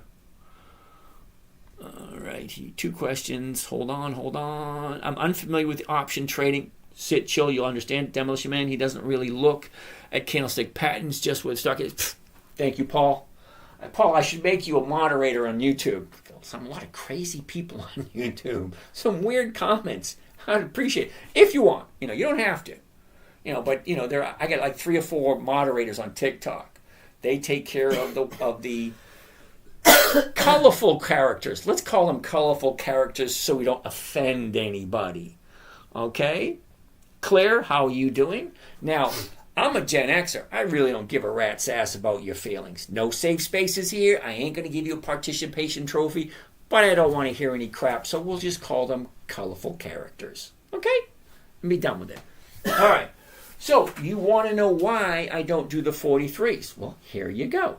Because this coming Friday, okay, 3 January 25, these are the options that are available for this week. I can do any single one of those. So, at the money right now, 31.37 would be this one right here, 31.50, $1.45. Now, $1.45 on a $31 stock is a little over 4%. It's not bad for 1 week. You realize that 4% a week is over 200% a year? You could double your money every 6 months at 4% a week. Okay, doesn't happen all the time. Hardly ever, as a matter of fact. So let's take a look. I sold the 34s. The 34s are right here. Well, currently they're only worth 59 cents a share. Well, I sold them last Friday, and I got $1.59, which is over 4%. All right. So the 43s are all the way down here. And look at how valuable the 43 is. 0. That's why I don't sell the 43s. They ain't worth anything. Another question over here on, okay. Hey, Flock Queen, you sold at 32.5s? You got more balls than I do, honey. Because right now it's at 31.37. You sold at 32.5s. All right, 75%. That's still 3%. Cool.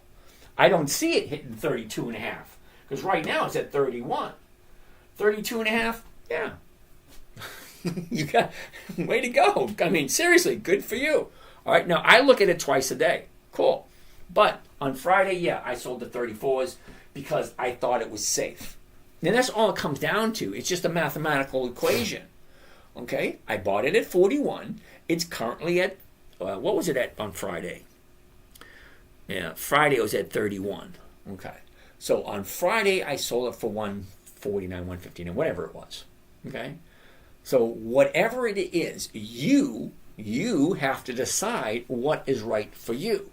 Because apparently, my risk factor, I bought the stock this morning. Well, that's a different story. You bought it this morning. That's an awesome trade. You bought it this morning. Okay, she was at $30.99. So she opened up at 31 this morning. Okay, why didn't you do the 32s or the 31s? Anyway, that was yesterday. All right, what is today? Here's today right here. All right, so today she opened up at 31.10, and you sold at 32.50s. Okay, there's nothing wrong with that. Anyway, so that's why I did that. So let's go back to here. We don't need to see all of this. Get this back over here, and let's go through some more of these questions. I got about 100 questions in an hour to do them. All right, so if you made 1.59 on X call, it may not automatically be assigned if it closes at 34.50. Well, correct. I sold the 34s. I didn't sell the 34.50s. Now, the thing is, there's 4 people. All right, think of it this way, KG. There's 4 people on the dance floor. Okay, think of it that way. 4 people on the dance floor. Okay, you'll hear me using an analogy. If you dance to the music, you got to pay the fiddler. It's just an analogy, metaphor, if you will. 4 people. Me. I buy the stock. I sell the option. That's me. Second person. the market maker. He's the only person you can buy from or sell to. Think of it as the store owner of the grocery store down the street. Circle K, 7-Eleven, Quick Stop, Quick Mart, whatever. The corner store. Guy owns it. He's the guy you buy from. He's the guy you sell to. The only one. Okay, so with me, market maker, you have the stock buyer. Stock buyers will buy an option looking to get a discount. Okay? Hold up, Demolition Man. Okay, hold on. Stock buyer is looking to buy a stock at a discount. What does that mean? Well, currently it's at 31, and he buys the 31 call option. He's hoping the stock goes up in value, so no matter where it goes, he has the right to buy it at 31. That's just the one we're looking at the moment. That's the stock buyer looking for the discount. Person number 4 is the option trader. The option trader wants to buy that 31 option at whatever it is. Okay, the 31 option at $1.90 a share. He wants to buy that, and he wants to double or triple his money. All right, great. Well, there's a lot of factors coming in. Okay, what option did I sell? I sold the 34s. So if the stock is at $33.99, okay, I keep the premium, I keep my shares. Everybody goes away, and then we start another dance on Monday. If it is above 34, come Friday afternoon at 3:59, okay, if the option buyer, okay, whoever bought the stock option, who wants the stock, he's not going to buy it from me because he already paid $1.90 per share. So his break even is going to be $32.90. That's at the money at the moment. Okay? So $32.90 just for him to break even. I mean, the stock has to go up almost $2 for that person to break even. The option buyer, if he buys it at $1.90, he wants to double or triple his money.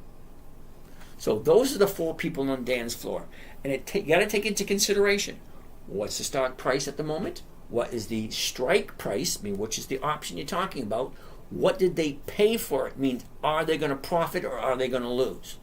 Okay, an option buyer wants to double or triple his money. If he buys it for $1.90, he wants to get $4, $6, $8, something like that. Okay, but if the stock doesn't move and the option price doesn't go up, he's not going to do anything. But here's the thing. The market maker, if the stock is at, in this case here, right, if I sell the 31s, let's take mine for instance, mine 34s. If the stock is at $33.99, everybody goes away. If it's at $34.01, well, the stock buyer is not going to buy it because his break even is just not there. The option buyer is not going to exercise it because he didn't double or triple. The only person left is the market maker. Will he take that stock away from me at 34 if the current price is at 34.01? Yes, he will, because he buys and sells every day. That's his job. If it's 1 penny over the strike price, more than likely he's going to take it. If it's 1 penny under, he's not. Okay, so it all depends. On Friday afternoon, you get a lot of mathematical problems going on. What did I buy it for? What kind of premium did I collect? Where's the strike price now as compared to the current stock price? And then you just do a little bit of math. Am I making money or am I losing money? Where is the safest position to have my position, for lack of better words? Okay, I want to be safe. I want to be predictable. I want to be consistent. And I do not want to lose. Okay, so it's always a mathematical scenario at 3 o'clock. Now we jump on my live trading. We used to jump on at 3, but now we have over 24 people. So we jump on at 2:30 to make sure everybody can look at each and every one of their positions to make sure nobody's losing any money. Now, I like it if nobody ever loses. That would be great. All right, so let's keep on going. I got a question over here on YouTube. Sir, I'm a beginner. How to trade the stock market or some strategy or some advice? Sir, please provide your valuable insights. Demolition Duel. Cool beans. You know what? Just keep on coming back. Flock, the best time to be active in the strategy is every morning, Monday, Tuesday, Wednesday, Thursday, Friday, and Friday afternoon. Paul, thank you for that.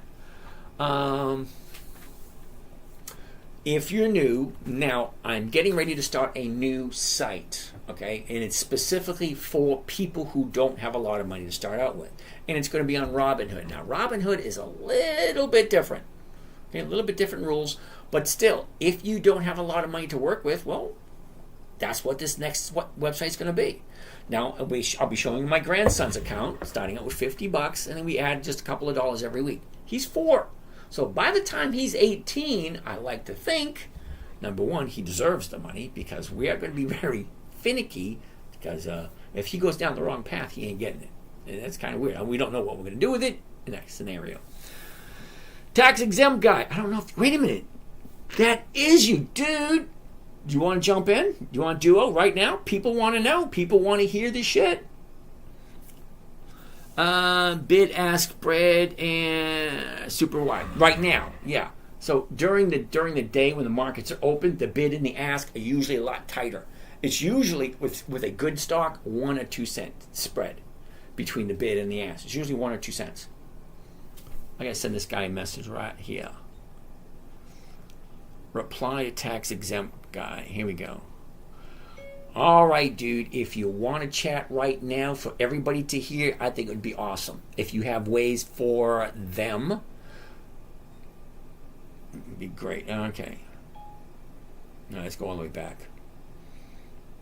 Where are we? Holy cow, I have all these questions to go through.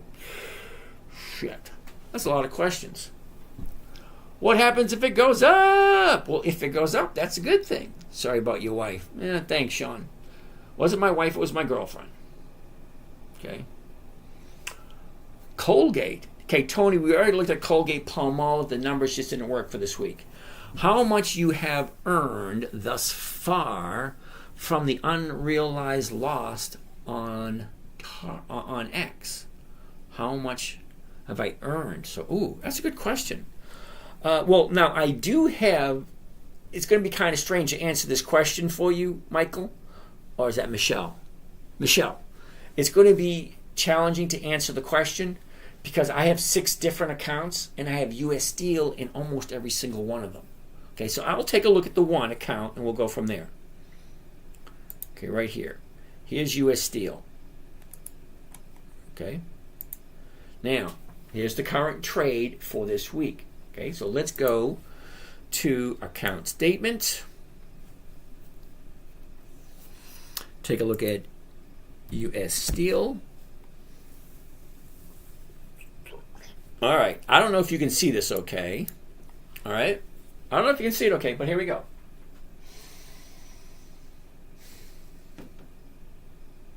All right, see over here, the date. The date, December 2nd. US Steel, 3,400 shares here, 100 shares there. That's 3,500 shares. Okay. So, I bought it for $41.25. I sold the 40s for $2.64. So, let's bring up that calculator again, just for the fun of it. All right, let's get out of that. Now, this is how this works. You ready? 3,400 shares. $2.64 a share. Okay? $2.64 a share at multiplied by 3,400 shares. That's a grand total 8,976. That was on the 2nd of December. That was just one trade. All right, so I'm going to hit plus memory. That's going to hold on to that number. Okay, hit clear.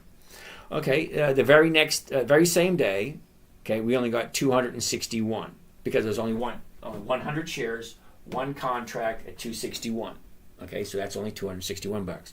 So 261.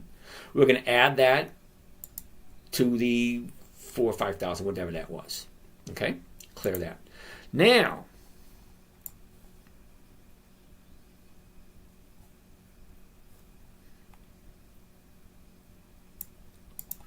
okay, I sold 300 shares for whatever reason. Okay, so on the 10th, right here, I sold 16. Is that right? Yeah, on the 10th, I sold 16 contracts at 147. All right. So 16 contracts multiplied by, what was it? 147. Multiplied by 147. All right. That's not right. Clear. 16 contracts multiplied by 147. That's better.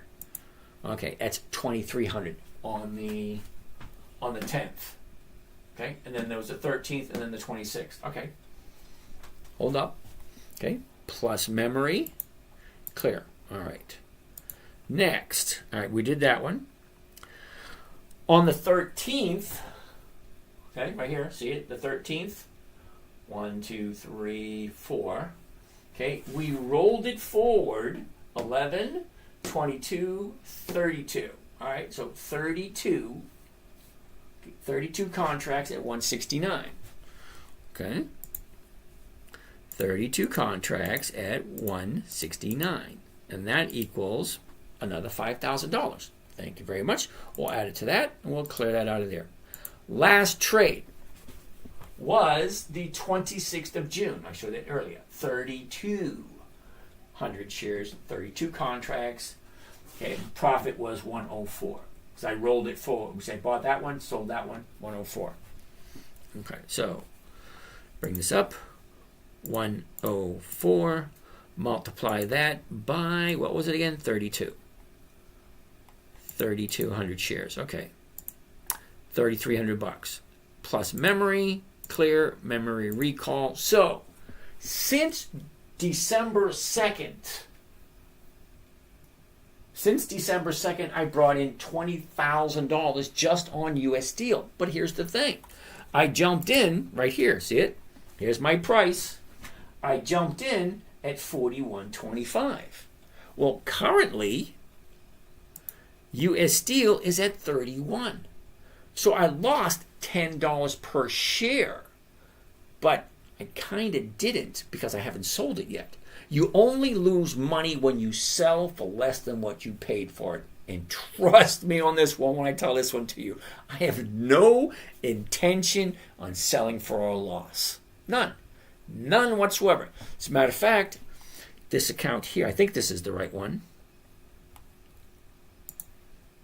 Nope, this is not the right one. All right, this account has like 3 losses in it. I have one account that has 0 losses all year. 0 losses. This account here, I had 3 losses in this one. Okay, this is the one. This is the one why. Remember, I said I hit the wrong button and I lost $2,500, and I lost another $2,500 when I couldn't make a trade. Okay, when that hurricane came. Okay, remember, I couldn't get online because we had no water, no electricity, no cable, no internet, no phone. I had to get in the car and I had to drive up and down the street looking for an internet connection. I found a week when I was able to get 3 trades in, and I couldn't get that last one trade in. And that was a Friday because the hurricane came, I think it was on a Thursday night, and I couldn't get online Friday. So anyway, besides the point. Okay, so that was where I'm at. Where am I? Right here. Okay, so you wanted to know what my unrealized loss was on U.S. Steel. It's $10 a share. I have 3,200 shares. That's $32,000 potential loss at the moment. I have no intention in selling at a loss, and it's not a loss until you take it. That's just like a profit. It's not a profit until you take it.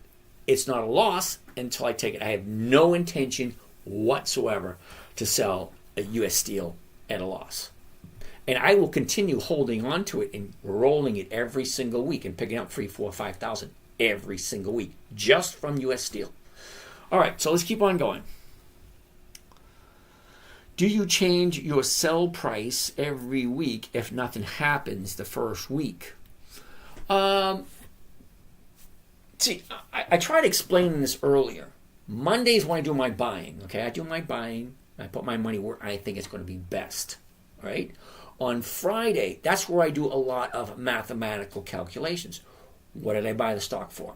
What covered call did I sell against it? How much did I bring in? What is the stock price now? What is the option price now?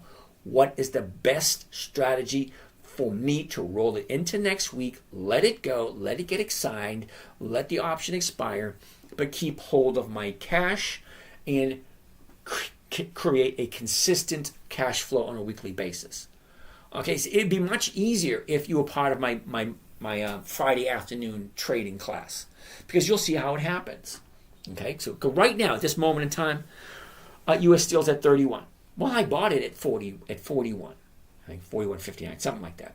Okay, I have no intention in selling it. I sold the 34s this week. All right, and next week I'll probably sell the 34s again or the 35s. So next week, okay. As a matter of fact, for the fun of it, let's do this right now. Let's go back to right here. Okay, let's do a rolling order with U.S. Steel. Okay, see what it's worth. Holy shit, it's worth $1.30. Now, but look where it is. It's at 31. Okay, so let's change it from a 34 right here. Let's change it to a 33. See if we can get more money. Okay, change it to 33. Nah, ain't worth it. Did you see that? Changing it from a 34 to a 33, I lose $1 in value. But what am I gaining in premium? I'm gaining 3 cents. I'm not going to lose $1 for 3 cents. Hell no. So let's go back to 34. Okay? The 34 is worth $1.30. Now I have 3,200 shares. That is, how much is that? Let's find out. Clear. $1.30 multiply 3,200. Okay, that's $4,000. Why the hell would I want to walk away from $4,000? Doesn't make any sense. Okay, so here where I'm rolling forward, I'll be buying back this week's 34, selling next week's 34. I can pick up another $1.30. I probably should do that because that will load up my profit for the year, because I picked up a nice fat premium on last Friday. I can pick up another fat premium this week to go on 2024's balance statement. Could. But I'm not going to. I'm going to wait until Thursday. All right, let's get out of there. Okay, so let's keep on going.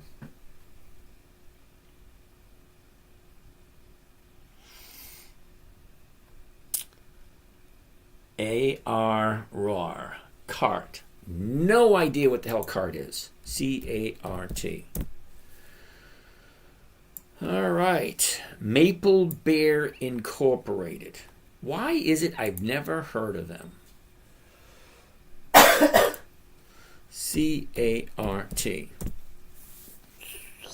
Maple Bear Incorporated. That's why I've never heard of them. There are no dividends. That's a no. No dividends, no thank you. Andrew, thank you. No dividends, no thank you. Okay, so now there's a reason why I like dividend stocks. Absolute worst case scenario. If and when the stocks go down, I'm getting a higher and higher dividend every year. That means they're sharing more and more of their profits. Expire worthless, then sell another call on Monday. Absolutely, Scott. You're paying attention. That's awesome. Hello, it's me. I've heard about you for a long, long time. I forget who said. Wait. Todd Rundgren. You don't know who Todd Rundgren is? What band was he in? Damn it. All right. Have you seen MYND and its dividend yield of 250? Well, let's take a gander at it then. But to answer your question, MYND, no idea who the hell they are. They have no options, dude. Okay? No options. No thank you. Okay? I can't get a weekly cash flow if I have no way of doing it other than sitting in front of the computer watching it all day long. And it's a $2 stock. How do you possibly think a $2 stock has 20 years of increased dividends? No. Caterpillar. We looked at Caterpillar earlier. The numbers just didn't work. Okay? And Caterpillar having a down day. Look at this. 30-day high, 30-day bottom. She went up. She pulled back. 3 days to the downside. No, just going to have to wait on Caterpillar. Sorry. Carnival Cruise Line. Same thing. Okay, you got your high right here. 1, 2, 3, 4, 5 days to the downside. No. Just got to wait for that bottom turn around. What percentage of my income should I invest? I make about $75,000 at 30 years old. Woody. Okay, Woody, here's my opinion. It's just an opinion. You've got to figure out what is right for you. Now, at some point in time, Woody, you're 30 years old. You are going to need X amount of dollars in your account bringing you a consistent amount on a weekly, monthly basis, whatever it is, however you want to do it. Okay? Whatever that number is, only you know what it is. Okay? Do you need $5,000 a month? Do you need $8,000 a month? Do you need $3,000 a month? Do you need $20,000 a month? If you need $20,000 a month, you got a spending problem, dude. Besides the point. The more you put in, the more it compounds, the faster you will reach your target. Okay? You want to reach your target faster? Stop buying stupid shit. Okay? I don't know if you ever heard of Gary Vaynerchuk. He tells you, plain out. You want to get there faster? Stop buying stupid shit. Simple. Find an investment strategy that works. Stay consistent with it. Reach your goal as fast as you possibly can, and then do whatever you want. You would not believe the burden that is lifted off of your shoulder when you don't have to worry about where's your next paycheck coming from. How am I going to pay my bills? It sends a lot of stress to a lot of people. FDVV, never heard of it. It's going to be a no. DGRO, that's going to be a no also. Okay, now I've been doing this for over 20 years. So you give me a stock to look at, I'm going to know right off the top of my head, do they have 20 years of increased dividends? Well, Misty is a no. MSTY, no. No dividends? No, thank you. Woody, open a Roth IRA and put as much as you can in 1 year. I think it's about 10 grand. All right, I'm not going to agree 100% with Mr. Tyler. Those are ETFs. Yeah, electronically traded funds. You want to give your money to a computer? Have at it, brother. I don't do it. If it's an electronically traded fund and they have consistently increased their dividends every single year for 20 years, it would be on my list. If it's not on my list, well, then it's going to be a no. Okay? So I'm not going to agree wholeheartedly with Mr. Tyler. Because number one, you're limited on how much money you can put into a Roth IRA. All right? Now, you could put it as much as you possibly want into a trust. Once it's in a trust, ain't nobody's damn business. You can put it into a corporation's, hold on. It's not retirement fund.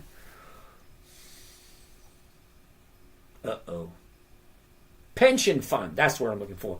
If you had a corporation, a C corporation, an S corporation, one of those, you can put it into the pension fund. But everybody in the corporation has to have same access to the pension fund. There's a lot of ways you can put your money where you don't have to pay taxes on it and you can let it grow faster. Galaxy, thank you for that. That's very lovely of you. All right, Tyler, why don't you just create a personal portfolio with whatever else you can comfortable with. There you go. Okay, Juan, Misty, yeah, no. Where should one put 200K at the moment? Pizza party. We're having a pizza party at dude's house. You get 200 grand to blow on pizza party. Let's do it. I know nothing about you. I cannot give you advice. You want my advice? Simple. Send me your number. I'll give you a call. We will chat. I know nothing about you. I cannot tell you what to do. I could, but it wouldn't make any sense because I know nothing about you. Thank you for what you do. I really appreciate it. You the only trustworthy person I found on the app. Wow, I appreciate that. Thank you. Do I trade Forex? Hell no. Okay, now Forex is almost like any other trade. Okay, you have to consistently do it every single day to make a profit. Okay, I have no desire to sit in front of a computer. Can I give you my number? Galaxy, yes, you can. DM me your number. Okay, make sure you send it to the right place, and I will give you a buzz.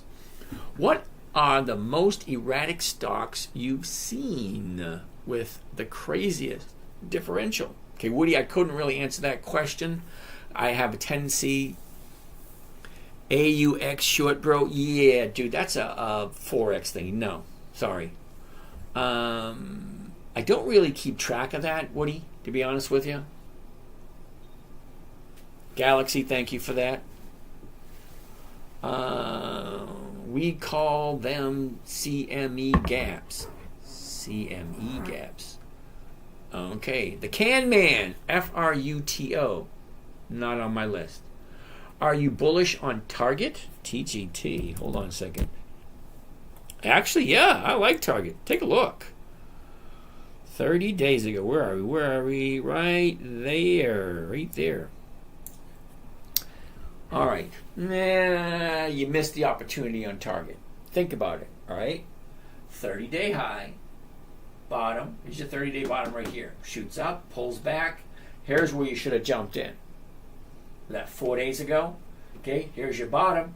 You cannot argue with numbers and you cannot argue with charts. Here's the 30-day high. Here's your 30-day bottom. Okay, shoots up, profit taken, drop it down. Now she went up. Now she's here, really close to the high. She's taking profits for the last 2 days. So you missed the opportunity. It's okay, I missed it too. All right, I wasn't looking at Target last week. Holo, Gregory. All right. I don't know what Holo is. HOLO. Oh, hell no. FRUTO. Can Man, that's a no. BKKT. Never heard of it. BKKT. Hell no. What's the way out that you know now? Talking about your loss on Target. Oh, that would be rolling it forward. Okay? Rolling it forward. I didn't know you could roll it forward. But now I do, so I wouldn't have lost. That's a no. What the hell are you thinking? Yeah, one. That's a no. What the hell were you thinking? Okay, a viral Solanke. SoFi? No. No dividends? No thank you. Simple, right? No dividends? No thank you. Do you have a course for your strategy? I'm working on it. I had one, it wasn't that great. I probably should do another one. Soundhound. Yeah, no, they're not 20 years old. Sound is a hell no. Gen Xer, way to go. Hell no, what the hell are you thinking? Come on, seriously, guys. Girls too, I'm not going to exclude you, okay? No safe spot for anybody here. This is your money we're talking about. If you want to just put it anywhere willy-nilly, I like that one. Anywhere willy-nilly. Go ahead. It's totally up to you. But don't come asking me about silliness, okay? The company's not 20 years old. How can you have 20 years of consistent profits with a company that's not 20 years old? Hell no. Look closely. This is your money. There's 9,848 different companies. There's a whole bunch of them. Why are you putting them into companies that aren't old enough? It's like driving around. Oh, no, I'm not going to say that. That's just disturbing. No. Okay? 20 years of consistent profits. And there's better amount that Rig looks ready to go. Rig, R-I-G. Okay. Ooh, nice. All right, well, let's see how well they pay dividends. NEM for a gold play. Hold on. NEM, that's... Damn it. What's your play on Nucor? Okay, hold on. Newmont and Nucor. Okay, hold on. Which one were we looking at? Newmont. Yeah, Newmont and Nucor. NEM and NUE. Shit. Somebody just had me look at one.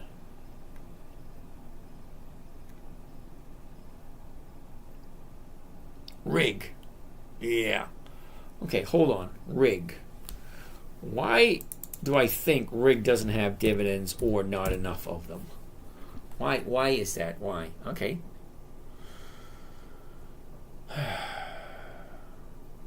Sorry, dude. This is going to be a no. Check it out. In 2007, the dividend was $33. How the hell can you have a $33 dividend? All right. Then it went to 79. Then they dropped to 56. Then they dropped to 0. They went to 75 cents, and down to 15 cents. And you seem to think that's a good investment? I don't know. We could all just say, oh, hell no. Think about it. Why? It is losing money hand over fist. Why would you want to put money into it? Okay, the dividend is a profit they give back to the investors.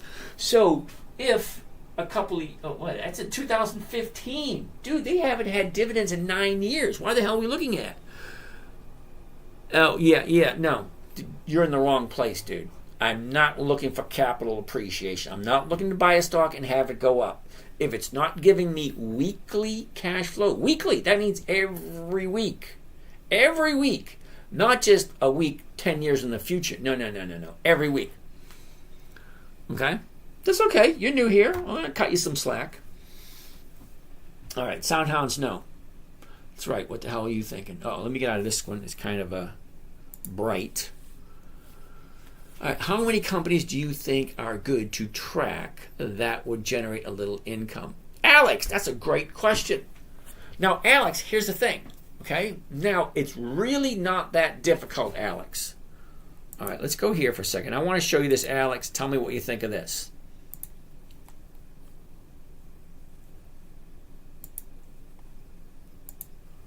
Okay, this is December 2024, Alex. You ready?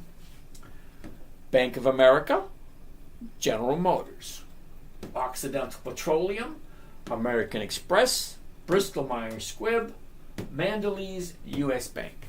That is the dividend stocks for Warren Buffett.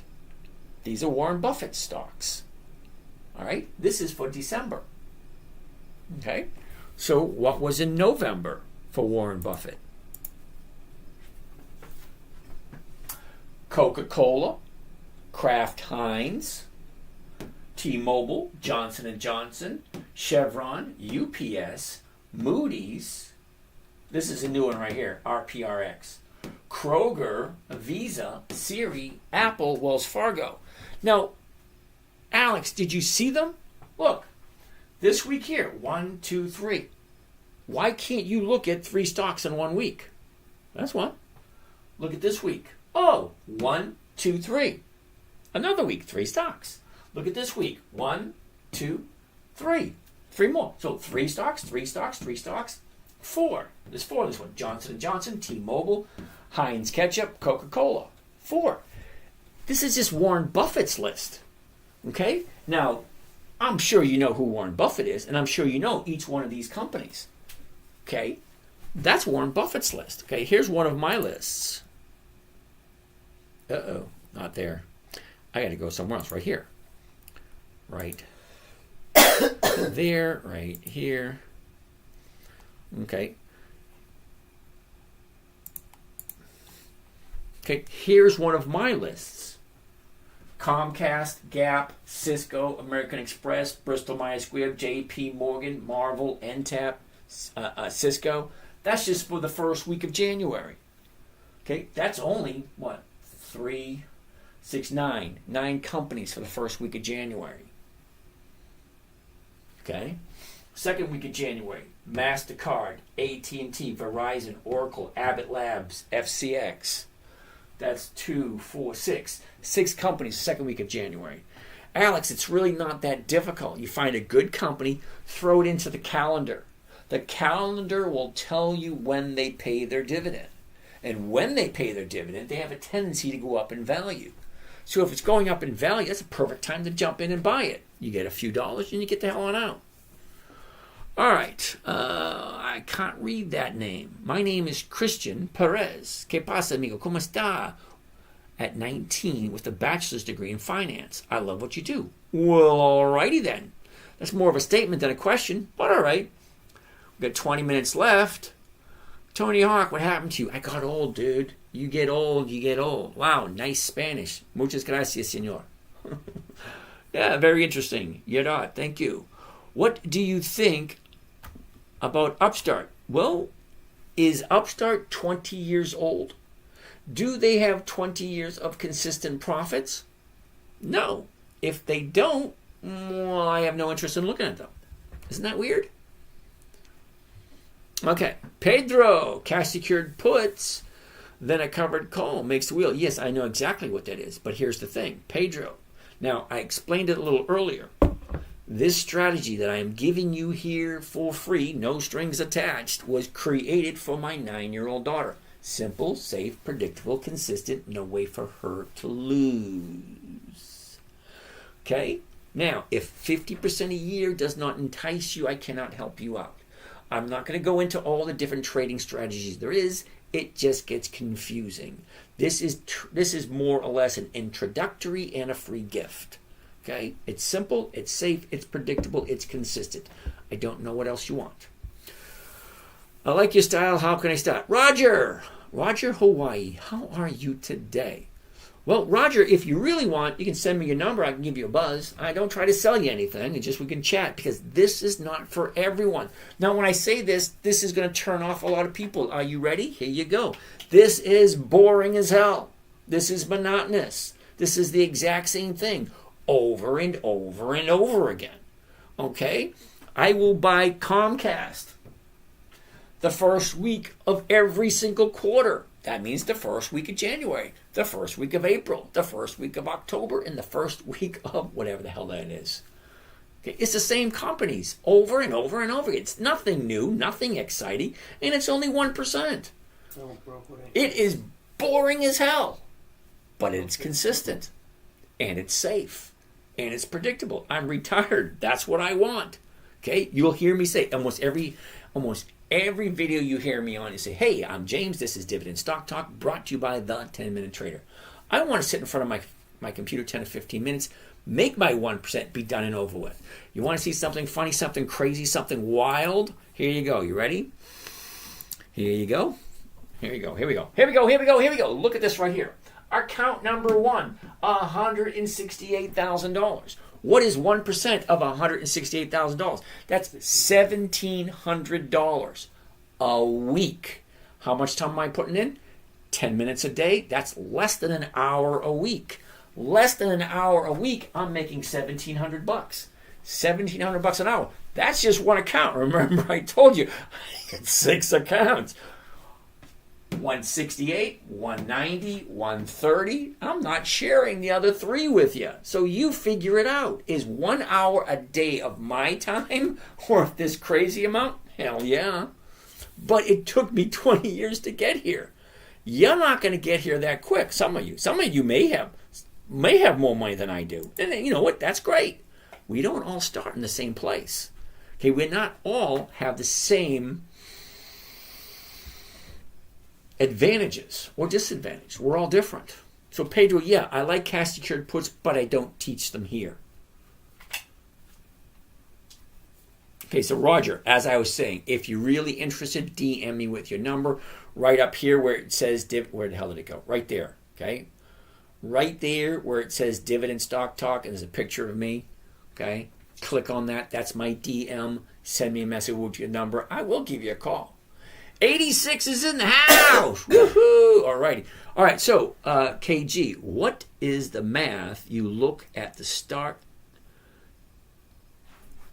What the hell is that? Diagonaling up to something like X as it rises to move strike. Dude, you're part of the morning trading group. You actually witness as I'm trading. Okay? Hold that thought. Mr. Premium. Sounds like the old lady has a smoker's cough. Hear that, Jacob? You're an old lady. That's actually my son. My son is coming to join me. He's going to teach me how to get rid of all these cameras. I got 1, 2, 3, 4, 5, 6, and then one down here, number 7. Now, I have the software on my computer, and we're trying it out tonight to be able to hit one button and to broadcast through all of them. Okay, so the old lady... All right, anyway. He didn't like that, but, it is what it is. Okay, so... Thanks, Jacob. All right. Can you change the call after being set up before? Oh, what was that question? Shit. All right. All right. User 537079, whatever. Can you change the call after being set up before the week is over? Yeah, you can. The nice thing about options... Okay, once I make a trade, you don't need to see all that. Once I make a trade, I can go in, buy it back, sell it, buy it. You can do lots of stuff. Lots of stuff you can do. All right, so it looks like the tax-exempt dude took off. But anyway, that was the guy I was telling you about. He was actually here. Okay, great. But he's gone now. But I saw a couple of his videos. I said, oh, shit, some of the people following me would like to hear some of that stuff. So he wants to do a collaboration. Great. So one of these days, me and him will get together, and we'll make an event of it. So more of you can be here to see how to trade and not have to pay taxes. That would be freaking awesome. Laurie, when and how will you know about your new trading programs? Well, I'm hoping my son helps me out because, see, I am good at some things. I'm a Gen Xer. I admit it. We are good at some things and we are not good at others. Dotting the T's, crossing the I's, that's not my thing. Okay, get me here in front of the camera. I'll tell you exactly what I do and I'll show you how to do it. Okay, putting it all on paper, yeah, that's where I have to pay someone to do that. All right. Meatloaf, Bat Out of Hell. Yeah, I like that one. 2 out of 3 ain't bad. You like AT&T? Yes, I like AT&T. I also like Starbucks. Starbucks is pretty cool. Now, we got 22 minutes left, so I want to answer all the questions first before we go on any further. Utopia and Nas. I have no idea what that means. Pedro, KHC, Starbucks. Yes, I like Starbucks. I like KHC. Now, Starbucks usually works great. Usually. The numbers work great for Starbucks. You know what? We have time, so let's take a look at Starbucks.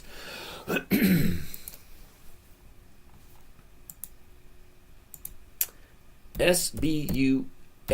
Starbuckies. All right. Oh, big drop today in Starbucks. Not good. But anyway, currently at 90.85. The 91s are going for 71 to 110.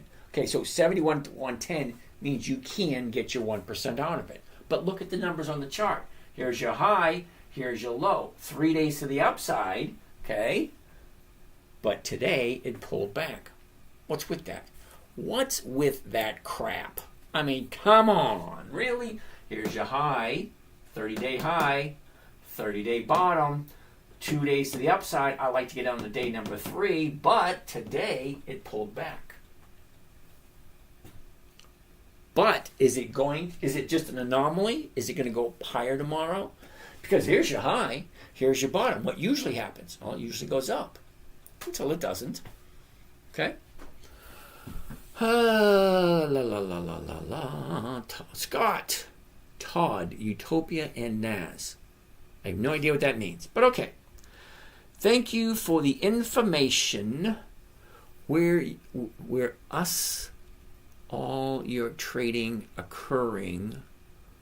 Oh, where is all your trading occurring? Okay, where is all your trading? A TBA, a Roth, IRA. Okay, yeah, it's in it's in a place where the IRS can't get to it. See, there's a lot of different... See, if you're really worried about taxes and your money, you really, really need to talk to a tax strategist or a tax planner. It is your legal right to legally reduce your taxes as much as possible. If you can find a way to legally not pay taxes, that is up to you. Okay?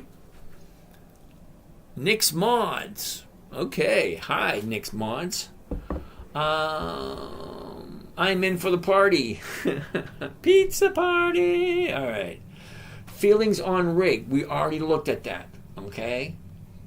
Is he looking at TikTok? Oh, yeah. I am looking at the TikTok posts. However, okay, I can't read them as fast as they come in. So I actually pause them and I go through them one at a time. Now, I've been on many channels before and I try to get my comments heard.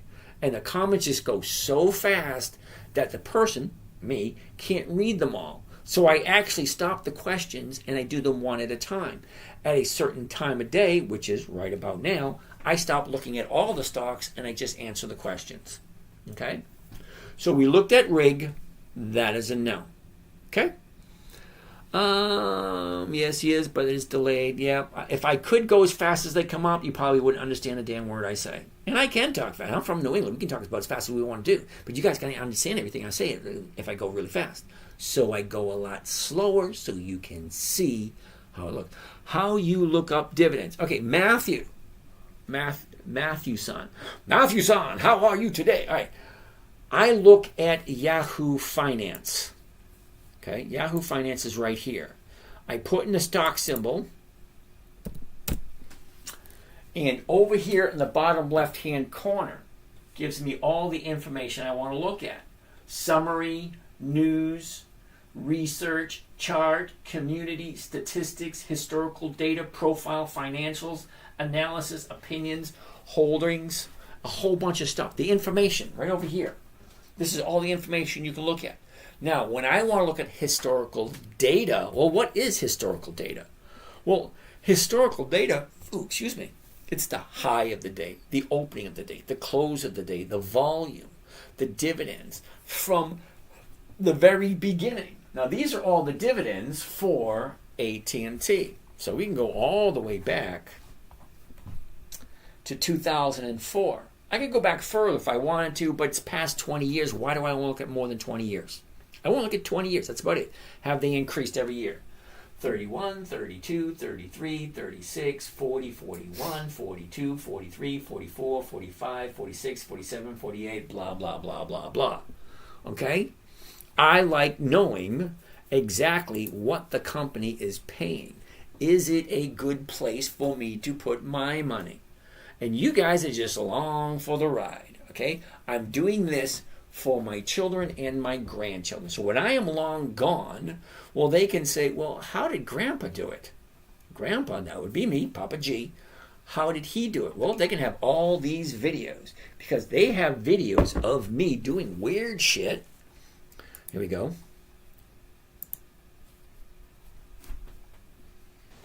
Hi, I'm Jason, and as you being part of my internet. Hey.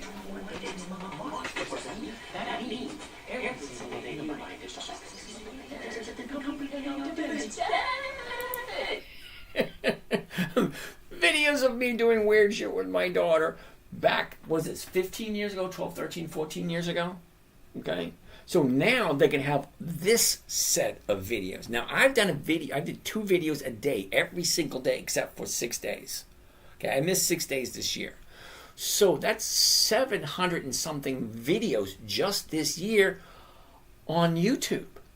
Okay, then you throw TikTok in there. That's another couple hundred videos. And then you throw my podcast in. There's over 900 episodes in my podcast. Because people want to hear this stuff. People need to have other avenues to find out financial information that may be helpful to them. So when I'm not here, at least my children and the grandchildren will be able to see me doing this strategy. Because the stock market's been around for 400 years. 400 years. The very first dividend stock was sold in 1602. Okay, it came here to the United States in 1778, I think it was. Okay, that's when the stock market started here in the U.S. But you could still buy stocks from European companies that are a couple of hundred years old. Well, the options have been around since the 70s. This stuff is not going away. Okay, you can even look at the time of, even in Roman times, they had stocks, options, not I'm not 100% certain exactly, but they did speak of paper trading, for the valuation of a certain company and a portion of the profits. Okay, it was in a couple of my books I wrote. I think in 1145, some clergyman traded one of his estates for 1/8 of a share of the Great Copper Mountain Mine. Imagine the Great Copper Mountain Mine. I think it's in Poland, I think. Okay, but for 1/8 of a share, that means 12 cents on every dollar that came out of that mine. Now that mine just recently closed in 1998. So 11 something. That's 900 years of profits this dude is getting. I don't know the details. Maybe he sold it, maybe he didn't. I don't know, but that's what the paperwork said. Okay, so he owned 1/8 of that mine. Okay, that mine ran for almost 1,000 years. All right. Anyway, let's keep on going.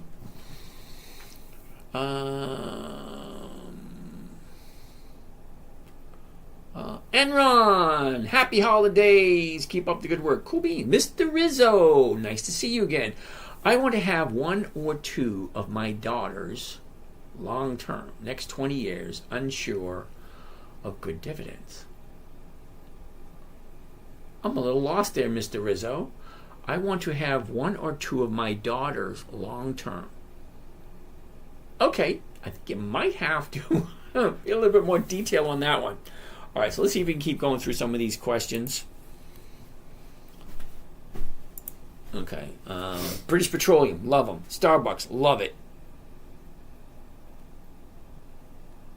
That can't be it. No, it's not it. All right, hold on. All right. All right. All right. BP, I love British Petroleum. I love Starbucks. Me thinks F is cheap, and the premium was 30% more than the call at the moment. Secretariat, last week Ford had a better premium than this week. So this week it's not as good. And don't get me wrong, I love Ford. It's in a great position at this moment in time. However, I'm going to wait until the premium is better. Thank you, Royal One. Apple. Ooh, I like Apple, but not today. Tell me something about Misty Dividend, please. All right, no worries. How about no thank you? Okay, Misty, MSTY, no dividends, no thank you. Okay, it's not on my list. TikTok. Dude, I have been watching you on TikTok for 358 days. Good. Rizzo, 2 stocks. Yeah, I kind of thought that was kind of funny. Could you tell me what you think of T-Pet?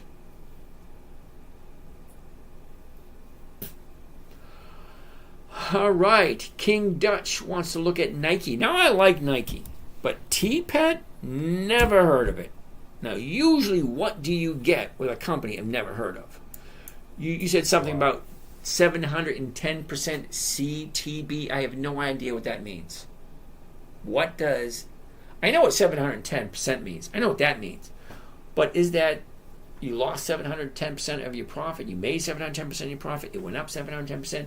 What does CTB mean? No clue. Cost to borrow. No. I'm a little lost.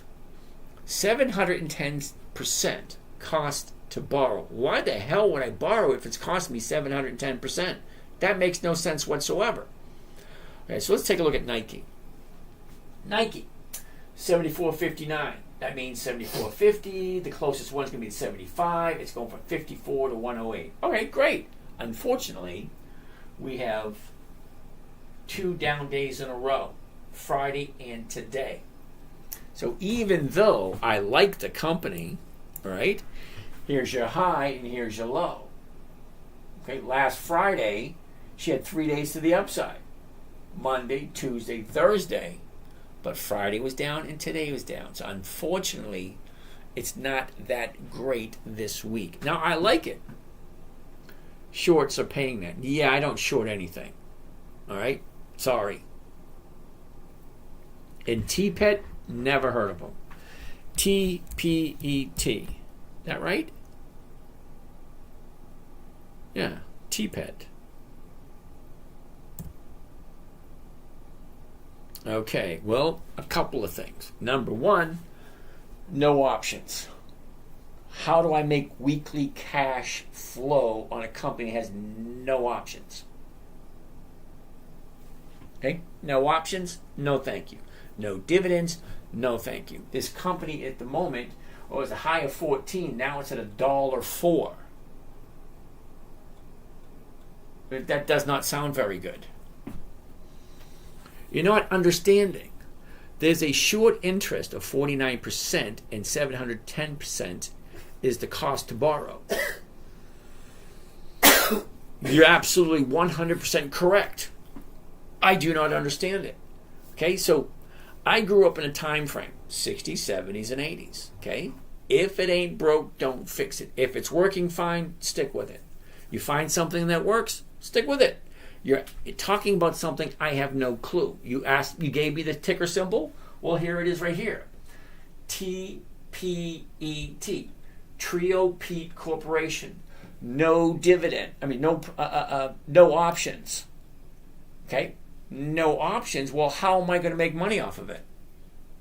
Okay, and no, I don't short stocks. I don't do that. All right, if it sounds like a hell no. It does sound like a hell no. I mean, think about it. If it doesn't make sense, all right. Remember, I said, rule number one: if you don't understand it, don't do it. Well, I don't understand this, so I'm not going to do it. Gotcha? I have shares. Well, alrighty then. So I'm thinking to myself, if you have shares, all right, did you buy them in April when they were $2 and then they went up to 14? Or did you buy them when they're at 14 and now they're worth $1? So I have no idea where you jumped in. I have no idea where you jumped out. I have no idea what you're thinking of. I don't short stocks. I don't understand it. 103 is your average. Well, it's currently at 104. You made a penny. Okay, I don't do things I don't understand. That's my rule number one. If you don't understand it, don't do it. If you don't want to buy it and hold on to it for the rest of your life, don't do it. Well, when I say I want simple, safe, predictable, consistent, and no way to lose, well, I look at after hours. It's down 98% over the past 5 years. Okay? But I get you. Well, I'm glad you do. Okay? So my thought here is you're looking at lightning to strike.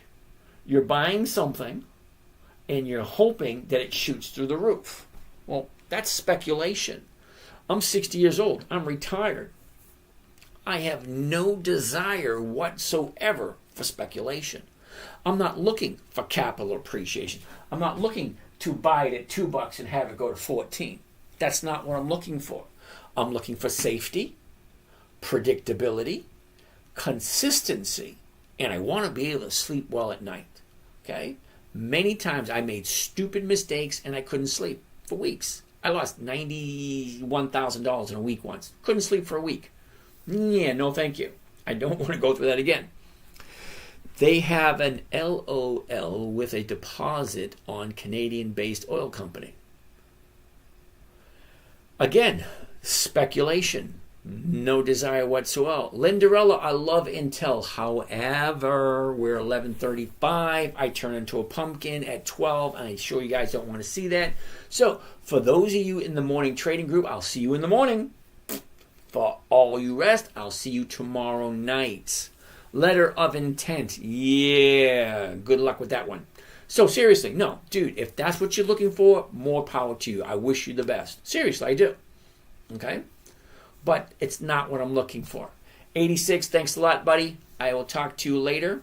Thank you for sharing your knowledge with us. All double righty then. You guys have a great night, and we'll see you again tomorrow. Because we all know that the sun will come out tomorrow. Wipe away the cobwebs and the sorrow till there's none. Just thinking about tomorrow. Shut your damn computer off. There we go. And all the way down here we have stop.